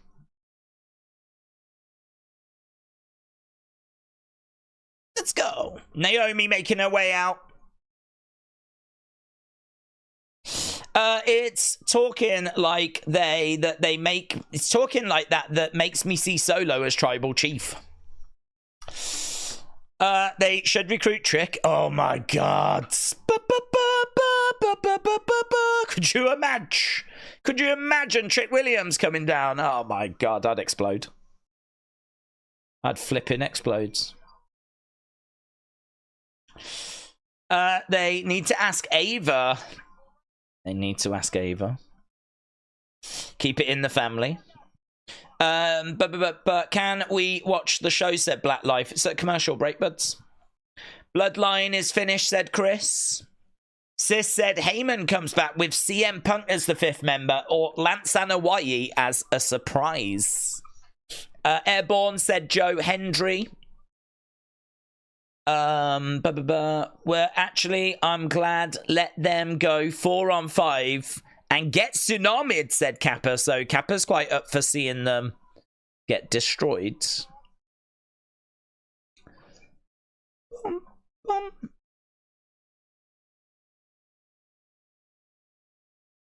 Halftime scores. I think we're a bit past it now, aren't we? Aren't we a bit past it? I think we might have missed that boat. I can't wait for the time we finally hear a 50,000 crowd chanting, who, said Daniel. Well, OTC. OTC. OTC. How dare them not put days into that vids. Metal Mama, shout out to you. Ella said it is past halftime scores. Yeah, that ship did sail. Wanna hear a crowd of 50,000 chanting, whoop that trick? Oh, that'd be so good. That would be so good. Black Live, sorry, we are watching Ryan's toy reviews. I'm still waiting for the major announcement between Roman and Heyman that PW Insider have reported. Well, if they're going to do a major announcement, then I'm thinking it's going to be at the end of the show. It's old news. I have moved on. So Roman deciding that they are going to try and do it with just the 4 of them. Let's see how that plays out. Days, the suit KO was wearing was a t-shirt suit. I could see you wearing that at court cases. Fun fact, I actually have one. I bought one years ago. I don't actually know where it is. But I was going to wear it for a Hall of Fame. WWE Hall of Fame, like 2021, something like that. I never did. I don't ever think I ever took it out of the packaging, actually. So somewhere in this house, I do actually have that shirt. I think mine had sleeves, though. I'm not brave enough to go vest. I'm not brave enough to go vest top. It's t-shirt, but I do have it. I knew it, said James. Days, shouldn't KO be having this beef with Sami? Yes, but I think one step at a time. I mean, I have no doubt he is upset with Sami right now. But maybe that is a feud that we move on to after this. Perhaps we go back to like a Sami Kevin feud in 2025. But right now it's Cody. I'd imagine after that it'll be Randy, and then maybe after that it's Sami. Triple H said they say it's 67 million. It'll be good with the buffering, said Lamar.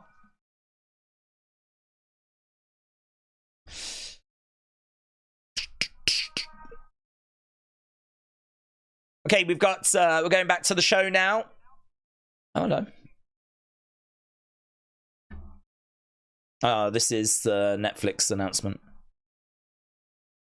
Boom.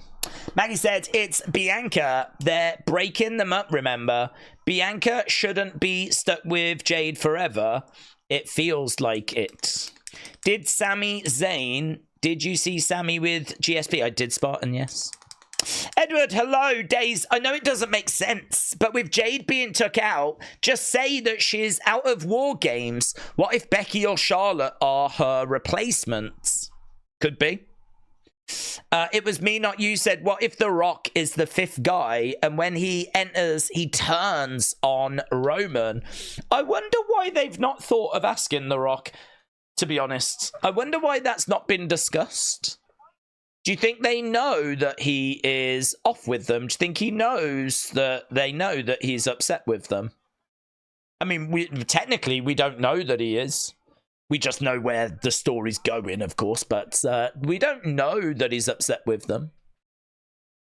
I suppose it is a surprise that we haven't tried. Here's Cody backstage. There's Carmelo. Giovanni. What are you talking about? What's everyone saying? They're saying that he's telling the truth, Kevin. Oh, he pushes Melo.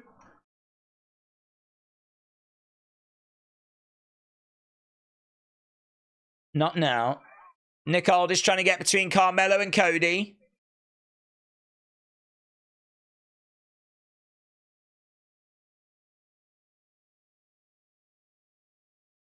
Oh, it's all getting a bit fiery. Okay, Bayley and Naomi are both in the ring. So, Bayley and Naomi versus Tiffany and Candice. There's no way that Tiffany and Candice are working well together, is there? There's no way.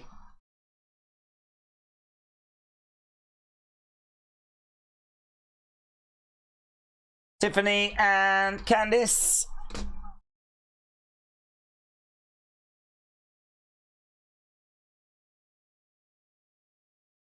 So, Tiffany holding up that Money in the Bank briefcase. Candice kind of has a little look at Tiffany and then looks back at Nia with a big smile on her face.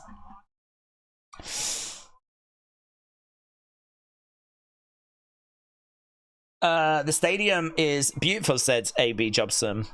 Love this Cody finally showing some balls and not being pushed around. Who would have known that the people behind WWE is The Rock and Triple H, said Wordle Wrestling. Tiffany and Candice, yeah, made their way down. This is going to be our next match. I believe this is our third match.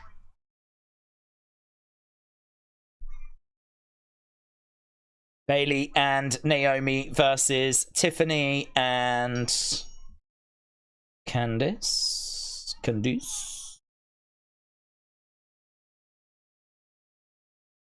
Naomi is unloading on Tiffany, so we are underway. They did not need to put them together. They should have kept Indy, said Kelly. Ewan said, sorry, I'm late to the party. Doing another taping tonight. They are, yes. I don't see a Smackdown anywhere next week. No, taping next week, which is understandable. I can vibe with it because it is the day after Thanksgiving. Kick coming into the midsection. Against the ropes goes Naomi. Head says a takeover.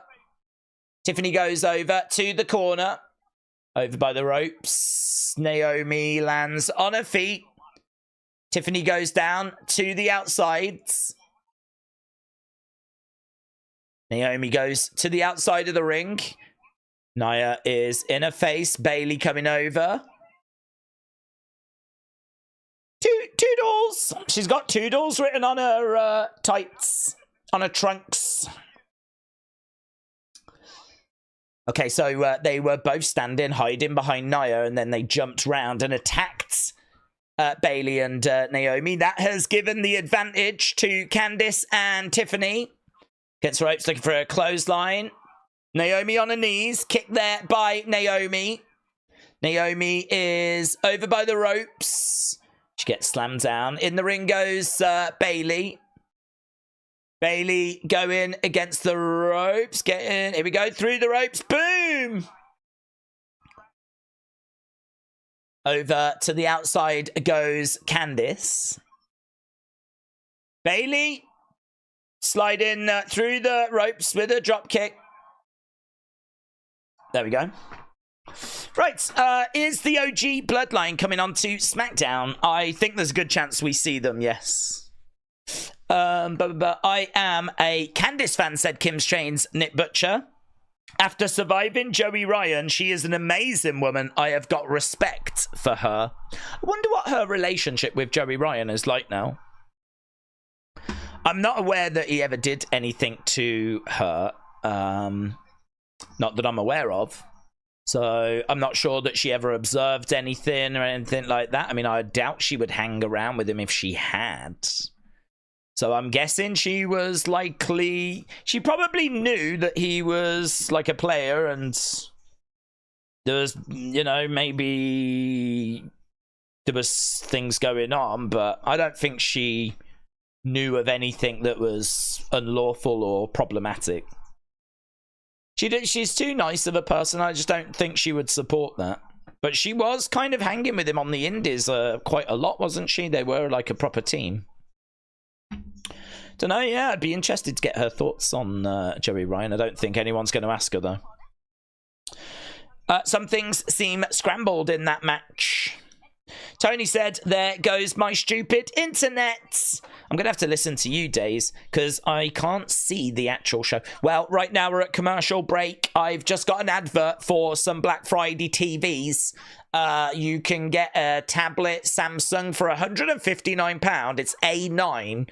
And that is at Curry's. Now I've got an advert with a guy who's got a moustache. He's advertising a car. I think it's a Vauxhall. I'm not very good when it comes to cars. But he is talking about the battery range. And he's kind of inside the workings of the car. Like Honey, I Shrunk the Kids. It's a bit strange. But they're showing off this vehicle. I'm not a fan of it. It's called the Vauxhall Grandland, which is an awful car name. So that was that advert. Now, Ren, I don't know what they do. Maybe make kitchens. I'm in someone's house. There's 60% off fully built kitchen units. Up to 7 years interest-free credit. There's a woman. She's selected a bottle of wine. There's a dog in a sink. He is getting washed. Now we've got a boomer doing a stir-fry. They are really advertising these kitchens. Ren, great renovation. See what they did, right? Now we've got OFX. I don't know what this is. Some sort of scam. So it is moving money globally. Now we've got a Discovery Plus advert. This is advertising some old boomer that was an old politician. He's got a reality show on Discovery Plus. It starts on the 2nd of December. I don't know who's watching that. I haven't got a clue, right? Now we're going back to SmackDown. This program contains flashing images, right? Flashing images. But if you can't watch it anyway, it doesn't matter. TNT Sports logo. We're just waiting for SmackDown to burst back onto the screens. And we are back with SmackDown. Now we've got Tiffany in a ring with Bayley. And we've got Naomi on the outside. Tiffany going against the ropes. Bayley rolling up Tiffany. Going for the cover, but only a 2 count. And kick coming in there by Tiffany. A referee for this one, Jessica Carr. Lovely to see her. Oh, lovely work there by Bayley as Tiffany comes back into the ring. Naomi on the outside is jumping up and down. Desperate to get that tag. She looks like a woman that is waiting for a cafeteria to open, knowing that they have got a surplus of banoffee pie. That's the vibe I'm getting from Naomi. She is desperate to get into that ring. Bayley in the wrong part of town. We've got a bit of arguing here between Tiffany and Candice. Oh, dear. Look at this. They're shouting at each other. Tiffany getting in Candice's face. Candice goes over and she hits a senton. Forearm strike. Naomi goes outside the ring. Candice coming over to continue the arguments. Candice grabbing Bayley. Candice goes back a little bit. Nice step up in Zaguri there by Candice. Candice on her feet going over to the corner. Look at that. Lovely moonsault there by Candice. Springboard moonsault. In comes Tiffy time. Stomps down on Bayley going for the cover. 1, 2. Naomi makes the save. Daisy's really selling how awful our ads are. They suck, don't they? Oh my god, though. There is one ad I really enjoyed. It's The Entertainer. Have you seen that? There's this really scary, freaky doll, right? He's just kind of lying there, and he's singing this really slow, somber song. I can't remember what it is. It's like, such a perfect day. Da, da, da, da, da, da. He's just lying there singing, and it's all really dark and like... And at one point, he gets hit by a toy car. And then at the end, it just... The name of the shop, and it's a kid's toy shop, comes up on screen. It's like so dark. It really made me laugh. It got my attention. I wouldn't be shocked if there was a few kids terrified of it, though. Nia has got involved, and that, unfortunately, has brought this to an end. Yeah, I don't know if it was Perfect Day that was the song. I was just using that as an example. Here's Io making her way down, so a bit of a forgettable affair, this one. Io has made her way down, ducks underneath, open palm strike to Candice. I would have liked Candice to have gone down then. She got rocked. Here's Nia. Nia gets in the ring. This thing is flipping broken down, kids. It's absolutely broken down. Io to the outside. Goes for a kick there to Nia. Nia is a little bit rocked. Io, springboard, drop kick. Nia goes over the other sides. Io flips over. Ah, Raquel with a big boot. Liv Morgan in the ring. This thing is broken down. Carnage. It's a mugging. This is my brutality. Ah. Here we go. Liv Morgan wearing a Mysterio beanie. Here's Batman.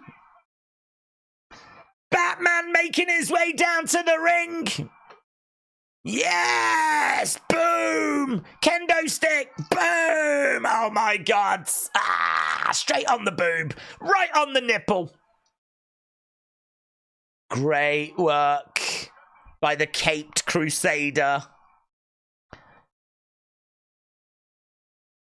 A new mask, actually, for Rhea. She's come down and her mask is not see-through anymore. It is jet black. New mask. Looks better. Looks better. So she goes over, she grabs Bailey, helps, but oh, look at the mark on the back of Raquel. You can see that kendo stick shots.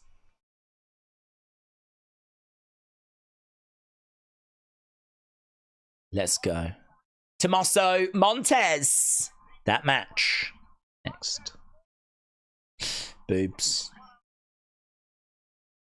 She's Zorro, said K-Dub. Zorro, yeah, Zorro vibes.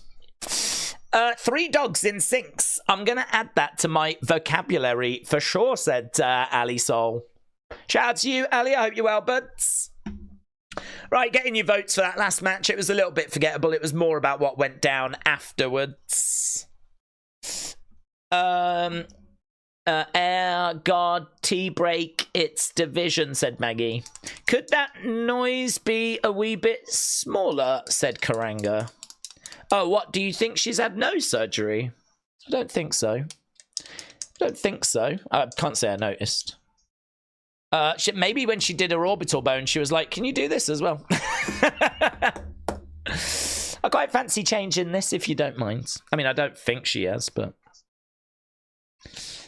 right. I wonder how the scene in Salt Lake City is for Banoffee Pie. I don't know. I mean, I was shocked that, like, American friends were so giddy about it. I just sort of presumed that it was, you know, all around the world.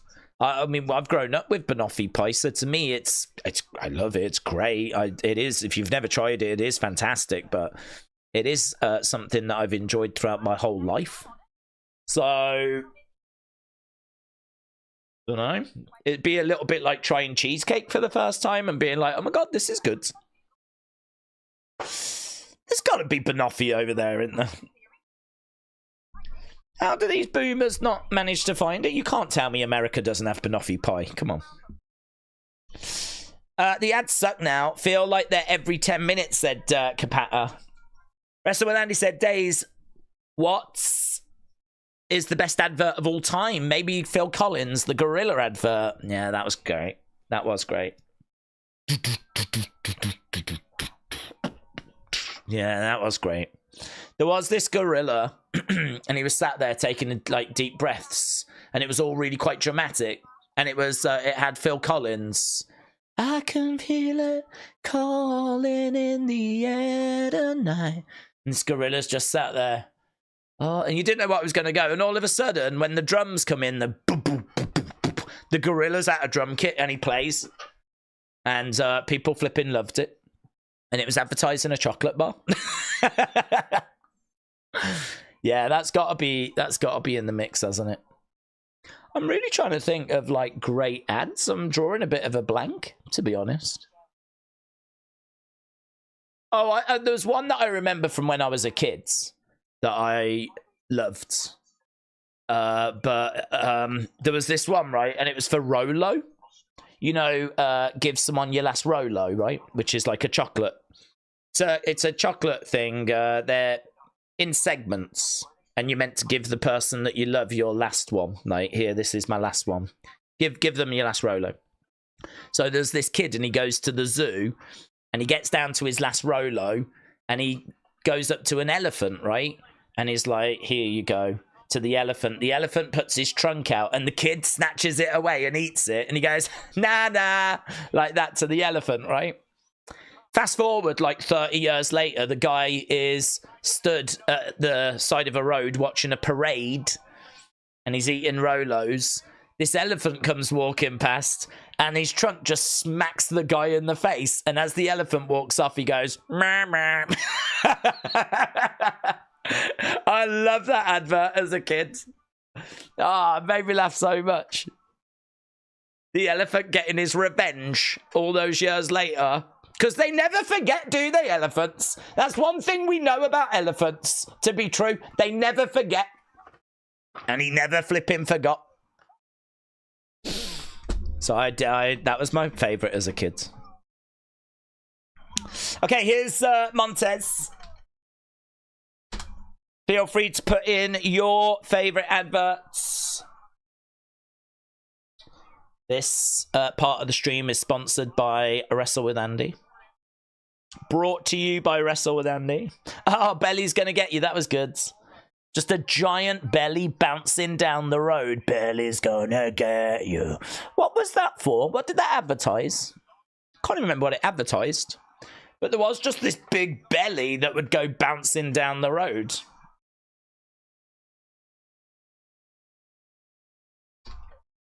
Montez against Tommaso Ciampa. Dime Bar, you're a bit thick, aren't you? Oh, yeah. Do your ears hang low? Do they wobble to and fro? Can you tie them in a knot? Can you tie them in a bow? Can you throw them over your shoulder? I don't know the words. I don't even know what that was. What was that, Metal Mama? What was that? What would you do for a Klondike bar, said Nathan. Yeah, we don't have that over here. That was a talking point a few years ago about, like, what would you do for a Klondike bar? I was like, I don't know what a flipping Klondike bar is. I don't know what the answer is. But apparently there's a whole series of ads of what people would do to get one.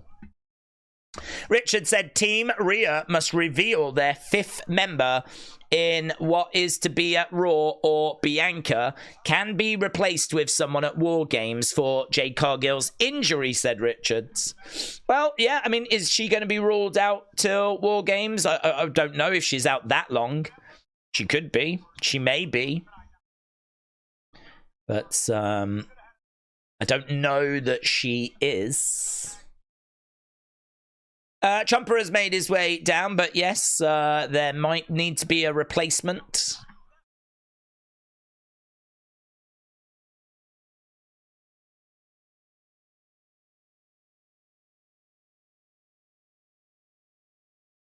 What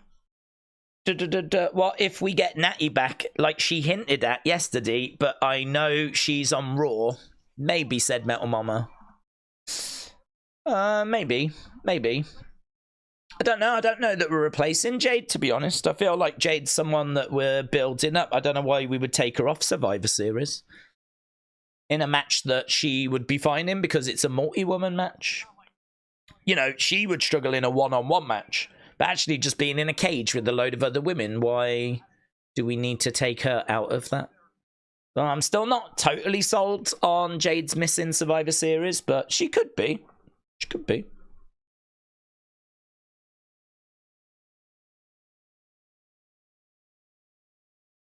Boot coming in there by Tommaso. Oh, kick coming in. Wasn't Kyrie in the promo pictures for War Games? I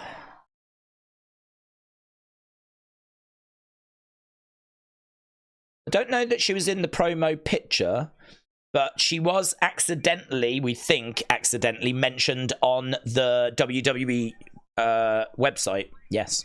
But that was instead of Naomi. Jade was still mentioned. It was Naomi that wasn't. Big boot there by Ciampa as Montez goes to the outsides. I think that's probably going to be how we get over to commercial break. It is, right? WWE needs to rehire Jim Johnston because I don't know what is happening to wrestlers' theme songs. Well, I think they are parting ways with Def Rebel or whatever they're flipping called. So I think we are getting some progress there. They will have 2 mass competitors in the women's War Games match, said Chris. Any Doritos ads or the old Burger King ones where the king would be in people's dorm rooms, said Madeline. Never had those. Never had those. The schedule said SmackDown's in Vancouver next week, says Kelly.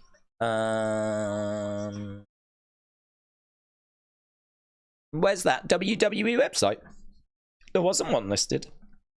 Let's have a look. Can I buy tickets? Tickets. There's nothing listed on the tickets thing. It says I can get tickets for Monday for Glendale, Arizona Raw, but then the next event is Survivor Series. Then Raw, then SmackDown, then Deadline, so don't know, mate. It's definitely taped tonight. Right, we are at commercial break. How long we got? 21 minutes, that's all? God, that's gone quick. Isn't that gone quick? Jeez. Jeez Louise. Days, Ciampa's entrance and theme looks like when you're testing out 2K entrances on a creator wrestler. It's goofy AF, says Uncle Howdy. Hershey's Kisses Christmas ad where they do We Wish You a Merry Christmas is goated. A staple of my sense of wonder, said Chad. Oh, and the Coke one, surely. Holidays are coming, 'tis the season, it's always the real thing. That's a staple, isn't it? I mean, I'm sure you do, but we have had the Coke van, that lorry, like, you know, stopping at different places in the UK. I don't know if they're doing it this year, but they certainly... I remember them doing it about 10 years ago because I was working in Ipswich, actually, and it pulled up in Ipswich. So I got to see I mean, it's not the one in the advert, but, you know, I got to see the one they were parading.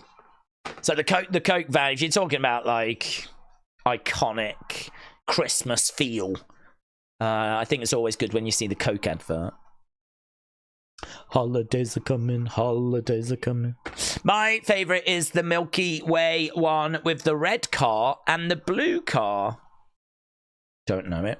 Shaken Vac and R. White's Lemonade are beyond goated, said Kim Strain's Nick Butcher. Daisy's slowly turning into Mr. Bean. I'd be fine with that. I flippin' love Mr. Bean. Do you remember the Tizer advert with the head on a can? I think that's a discontinued drink now. I don't even remember that advert. Are you getting ready for the boxing? We got lots of events. Edwards versus Yufai War Games Misfits. yeah, I mean, Misfits on my radar. Edwards, Yafai is not. Survivor Series is. Misfits is. So, yeah, they're on my agenda. James said it's not Christmas till the holiday ads come on to TV. I haven't really seen much. I only saw the John Lewis one today. I didn't quite get it. I like the song. I'm a big fan of the Verve. So I like the song they're using. Boom, Montez planting. Champa down. Nice kip up there by Montez. Standing moonsault there by Montez. And shoulder up by Tommaso. Why? I don't know if they've announced it, but why not the winner of this? The tag team gets the next shot. Why not just dinner? Big boot there by Tommaso. Another chop coming in there by Tommaso. I used to think the Coke advert said how many things are coming, hence why there are so many trucks, said Navaldo says. I could see that. These two throwing in some shots back and forth. Is this our main event? We've only got 18 minutes left, so I'm thinking it might be. Oh, Montez goes onto that top rope. Here is Tommaso. Ah, lovely work. Yeah, planting forward, face first, shoulder up there by Montez. I remember seeing the world needs more Santa ads, but the holidays are coming ones. Nathan said it's not the holidays until I drink a Coke with Santa on it. I'm so mad at Carrion for confusing Santa. He brings joy to kids. Follow the buzzards, says Nathan. Here we go. Up. Nice springboard. Oh, my God. Big knee. Big knee by Tommaso. Oh, my God. That looked moody, mate. Over the top. Rolling him up. No. Montez. Oh, Montez gets it. Montez gets it. How the hell did Montez Ford win? Tommaso. Tommaso is shocked. Oh, and he attacks Montez. No time for celebration. Tommaso unloading on Montez. In comes Angelo Dawkins. Yeah, unload him. Ciampa in the corner. Dawkins firing away. Here's Johnny getting into the ring.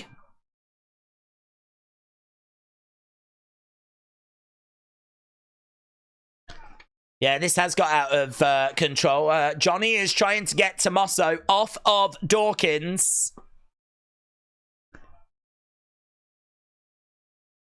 There's real issues here with DIY. So Tommaso pushes Johnny down.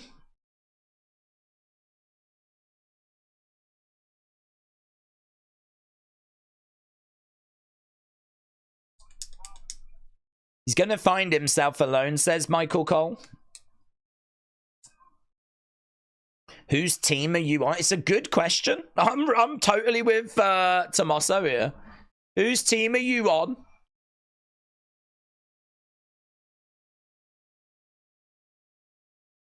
It's a legitimate question if you're Tommaso, says Michael.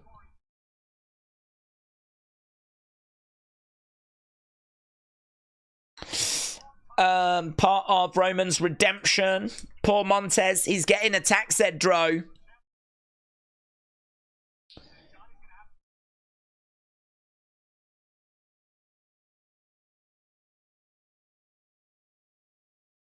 This tag team can't last forever. Okay, what we got next Friday? It's going to be Cody against Carmelo Hayes. That match next week.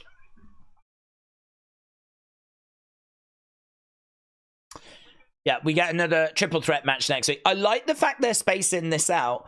Jade is out.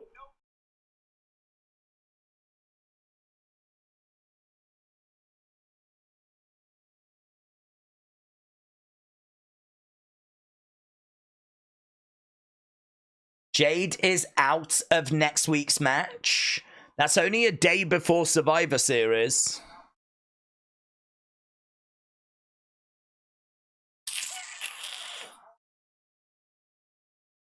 That is interesting. That is it. They haven't announced Survivor Series that she's out of that, at least not that I'm aware of. Right, feels like this is going to be big. If you are watching, or maybe you was watching and you've stepped away, I would urge that you come back to the show. I would plead with you that you come back to the show, because I think we're going to get something big here.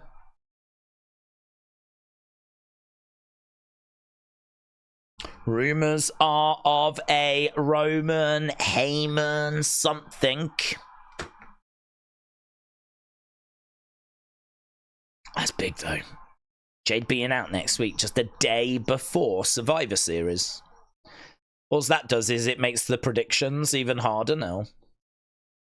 Come on, wise man, said Brony. Aubrey said, we want the wise man. Kelly said, I'm sorry, I can't understand Tommaso's point. I can understand. I would be peed off if I was in issues. Yeah, same. We're a tag team trying to win tag titles. And instead you're being all pally-pally. Yeah, what? Whose side you on?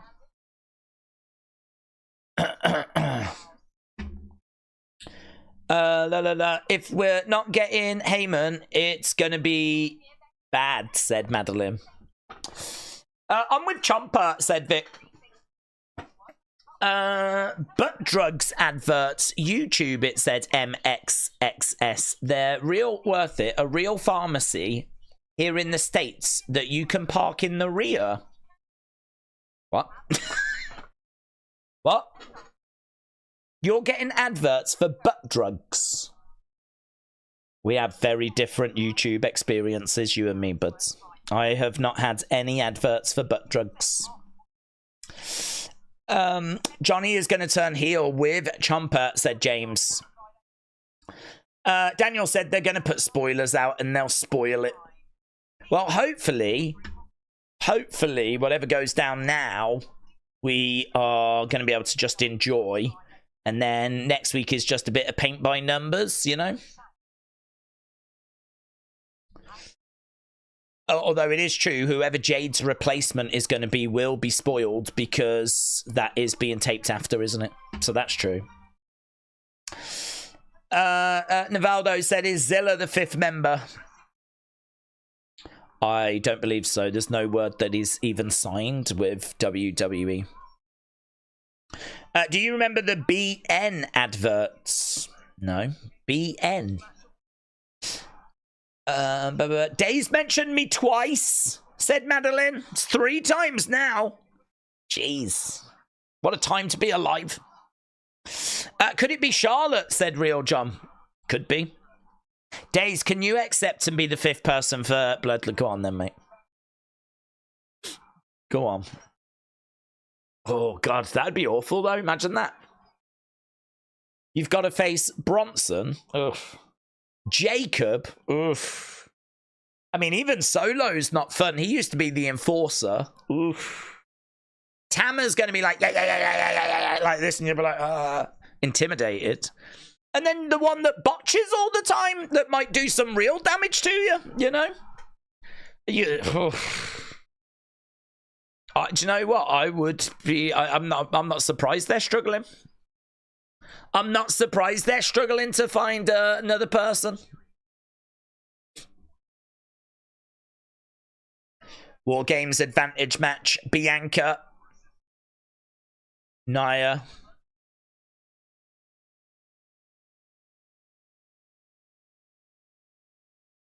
Yeah. T-Lil, shout out to you. Says, I really hope that Jade being injured isn't because Charlotte can smell a new title. Right, here's Bloodline in the ring. They've got their arms in the air.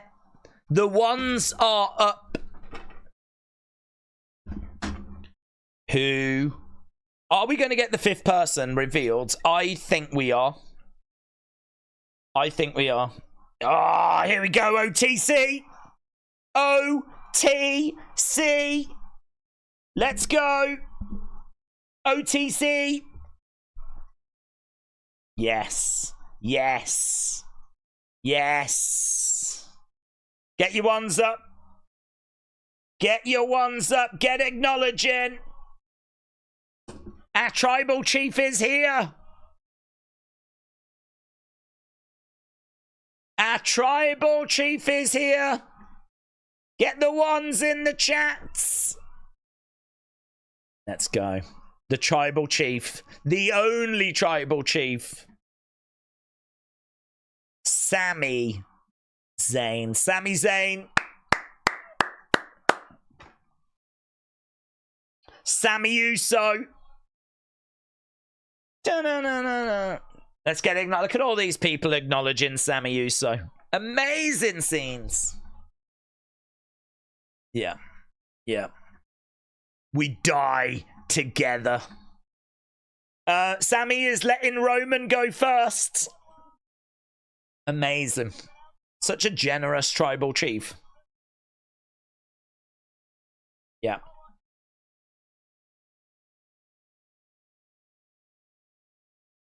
I can't even be bothered to find the actual gesture now, so I'm just putting anything in.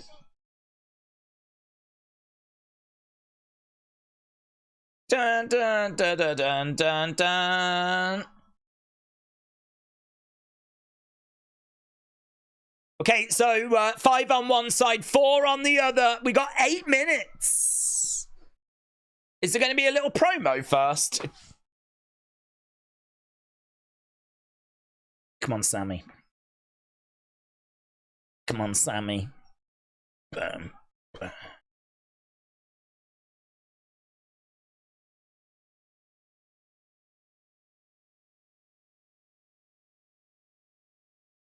There is a butt drugs advert that I've just been sent from Missy. I've retweeted it. Loud OTC chants. I'm not here to fight you. Okay, I'm not here to fight you. I still love you. Oh my god, that is so nice. That is so nice. I love all 4 of you. I want you to understand.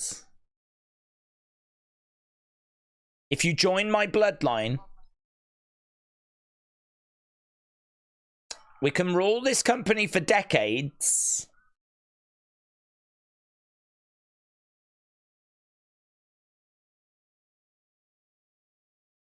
You don't have a 5th man? You don't have a wise man.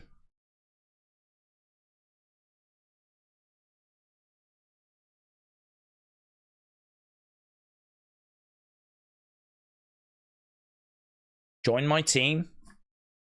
Is he going to surrender?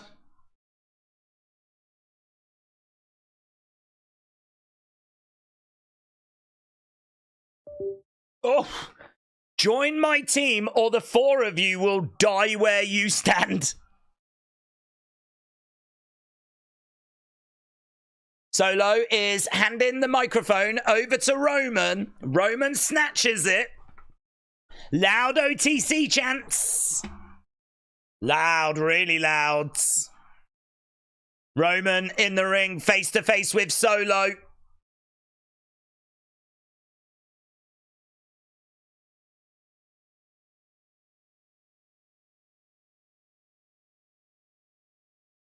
Here we go! Yes! Heyman! Heyman! Heyman! The wise man! The wise man! Yes! Heyman's here! Oh, that is so good! Ladies and gentlemen! Let's go, Paul!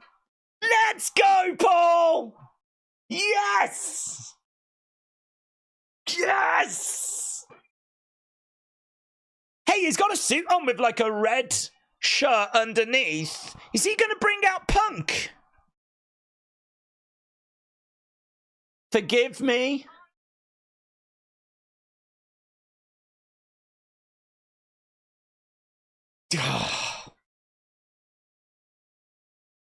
Maybe my math is a little off.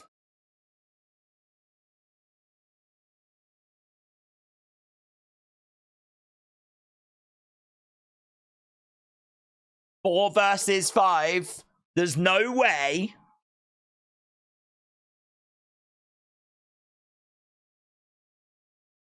That math doesn't commute.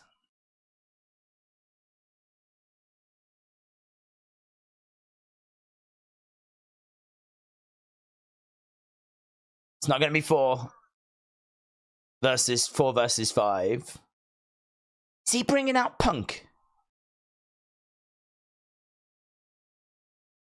Oh, 5. Oh, I thought he was about to do that. Here we go. The 5th man. He points in the entranceway. It is CM Punk. It is CM Punk.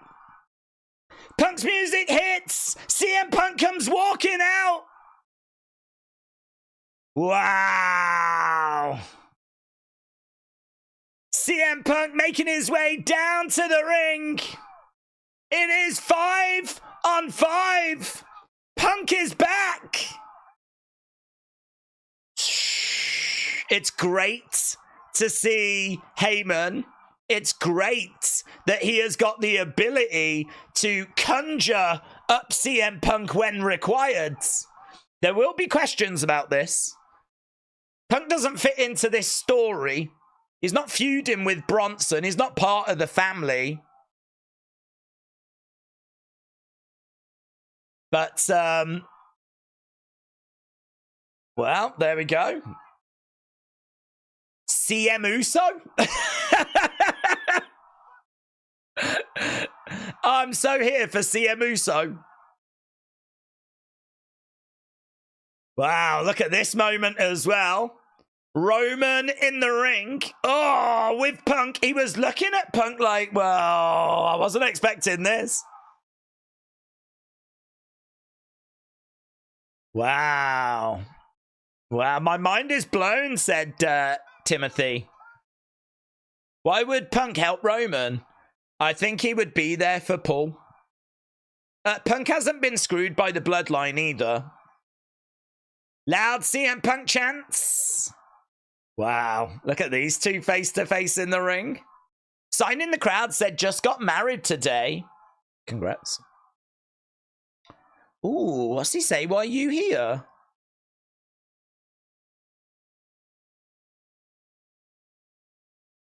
This is awesome. Look, there is Heyman on the outside of the ring. Crowd are chanting, this is awesome. Crowd are into it. Crowd really like it. Live crowd have received it really well. There will be criticism for this. No doubt.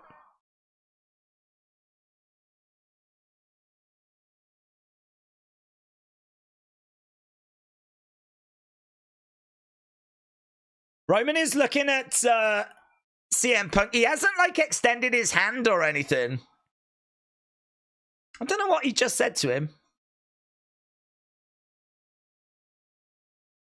Oh, I'm not here for you. I'm here for him, Punk just said. Not here for you. I'm here for him. And he points at Paul Heyman. Wow. Let's ask people what their initial reactions are. Thoughts? Do you like it? Or do you not? Simple question. Is it good? Or is it bad? What are your thoughts? Is it good? Or is it bad?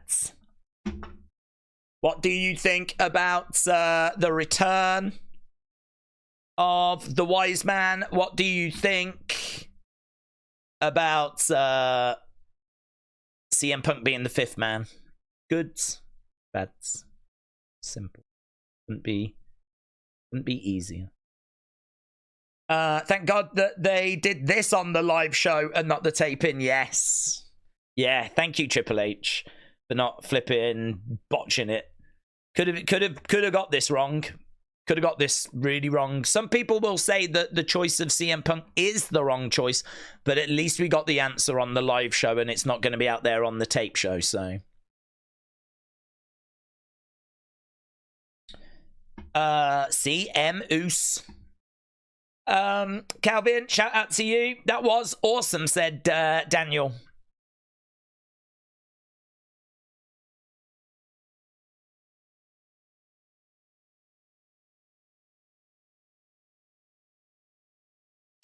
Let's ask people what they think.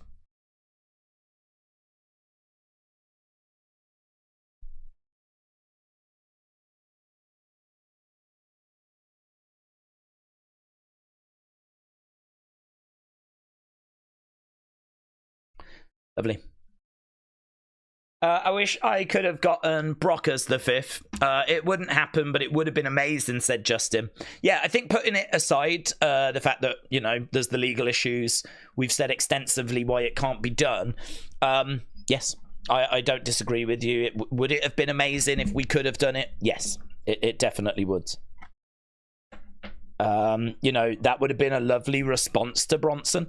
I don't quite get Seth not being the person. I sort of respect the fact that he said it'll never happen and he hasn't done it. I sort of respect that because I really felt like he was the firm favourite and he was going to be the guy. So for it to go to CM Punk, which we did discuss as being an option on the table, but it was not my primary person. And whenever people have asked me, I've always said no. I think it's Seth. So definitely caught me off guard. I get the criticism, I really do. I've said before I would have kept it 4-on-4. I think this should have been kept family. So I do get the criticism, but I do also think that boat sailed as soon as we added Big Bronson Reed. Like, you know, we had to accept it wasn't 4-on-4 as soon as Bronson came in. So now we are where we are, you know. But I got to tell you, people seem to be really on board with it. We've got a poll and you can keep voting. We've had nearly 500 votes. George said Seth will still get involved, probably turn heel. Yeah, I am. I'm really surprised that it wasn't Seth. I genuinely am. But as soon as Paul came out, it became a lot less likely that Seth was about to come walking out because how would Heyman be able to summon Seth Rollins? So I think as soon as we saw Paul, it was kind of like, okay, definitely feels like we're now going in a different direction. Rob said, I'm good with this. I would have hated for them to have brought in Brock. I wouldn't do it. Not with the legal stuff. Got a post up for your thoughts. So if you want to share your thoughts on this, there is a feedback. I'll do a longer opinion video tonight. So tonight, I will do an opinion video that goes half an hour. So we'll try and get to more comments. So if you do want to comment about what we've just seen, go to Wrestling Days on Twitter and leave your comment there. I'm going to do Unseen first. Then I'll do the opinion video and we'll get to that and we'll make it slightly longer because look at all these people that want to get their thoughts in. I want to get to your thoughts. I think as well, I am going to do Survivor Series 2022 tomorrow, the watch along. I'm going to do it, right? That is not set up. That is not planned, but it is tomorrow at 2 o'clock. I think it's 2 o'clock UK time, which would mean that it's about, 9 in the morning? So when you wake up tomorrow, we will be probably live with doing a Survivor Series 2022 watch-along. And then on Sunday night, we've got Survivor Series 1990. So we've actually got 2 retro streams coming up this weekend. So keep an eye out on the channel for those. We're going to do those. I'll talk about whatever you want to talk about on those streams. Obviously, we'll be watching the shows and talking about the shows, but I'm happy to talk about Punk. I'm happy to talk about whatever. And then, of course, we're back on Monday with Monday Night Raw. Right, let's get to the end of the poll. Let's see what the result is. The result is thoughts good 91%, bad 8%. So people seem to overwhelmingly really like this reveal. Chris said it makes sense for Punk to be on the team. What makes you say that? He's not involved in the family. He's not been involved in the Bloodline story, other than the Paul Heyman connection. Not sure how he connects with the story. I'm not saying you're wrong. I'm just saying that's an interesting comment. I'd be interested to know a bit more. Go over to the Twitter page, Wrestling Days YT. You can see that was yesterday's Unseen. We've got a poll, which again, overwhelmingly people love Punk as the fifth man, but you can leave your feedback on this comment here. We will do a longer video as a result. Travis said, it cut as Roman was throwing up the wands. I wonder if Punk did it. Oh my God, CM Paul gave me goosebumps. I'm so glad he's back. Roman needs his wise man.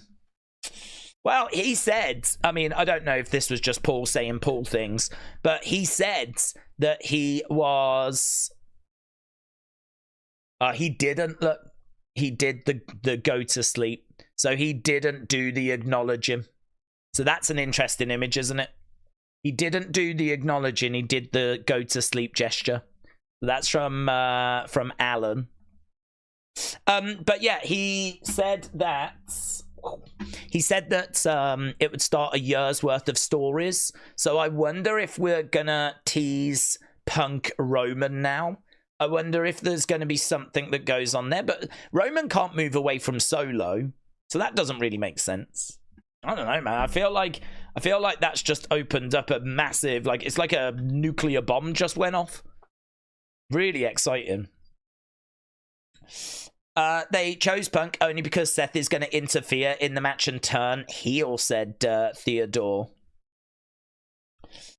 Right, we're going to go away. I need to work on these videos, get stuff done, otherwise it'll all go up super late. But big thank you to everyone that's joined us tonight. I hope you had a really good time. Really appreciate it. Really appreciate it. And hopefully I'll see you on one of those retro Survivor Series streams. If not, hopefully I will see you on Monday for Monday Night Raw. Have a great weekend, whatever you're doing. And there we go. Big bombshell just went off in the wrestling world. CM Punk is the fifth man.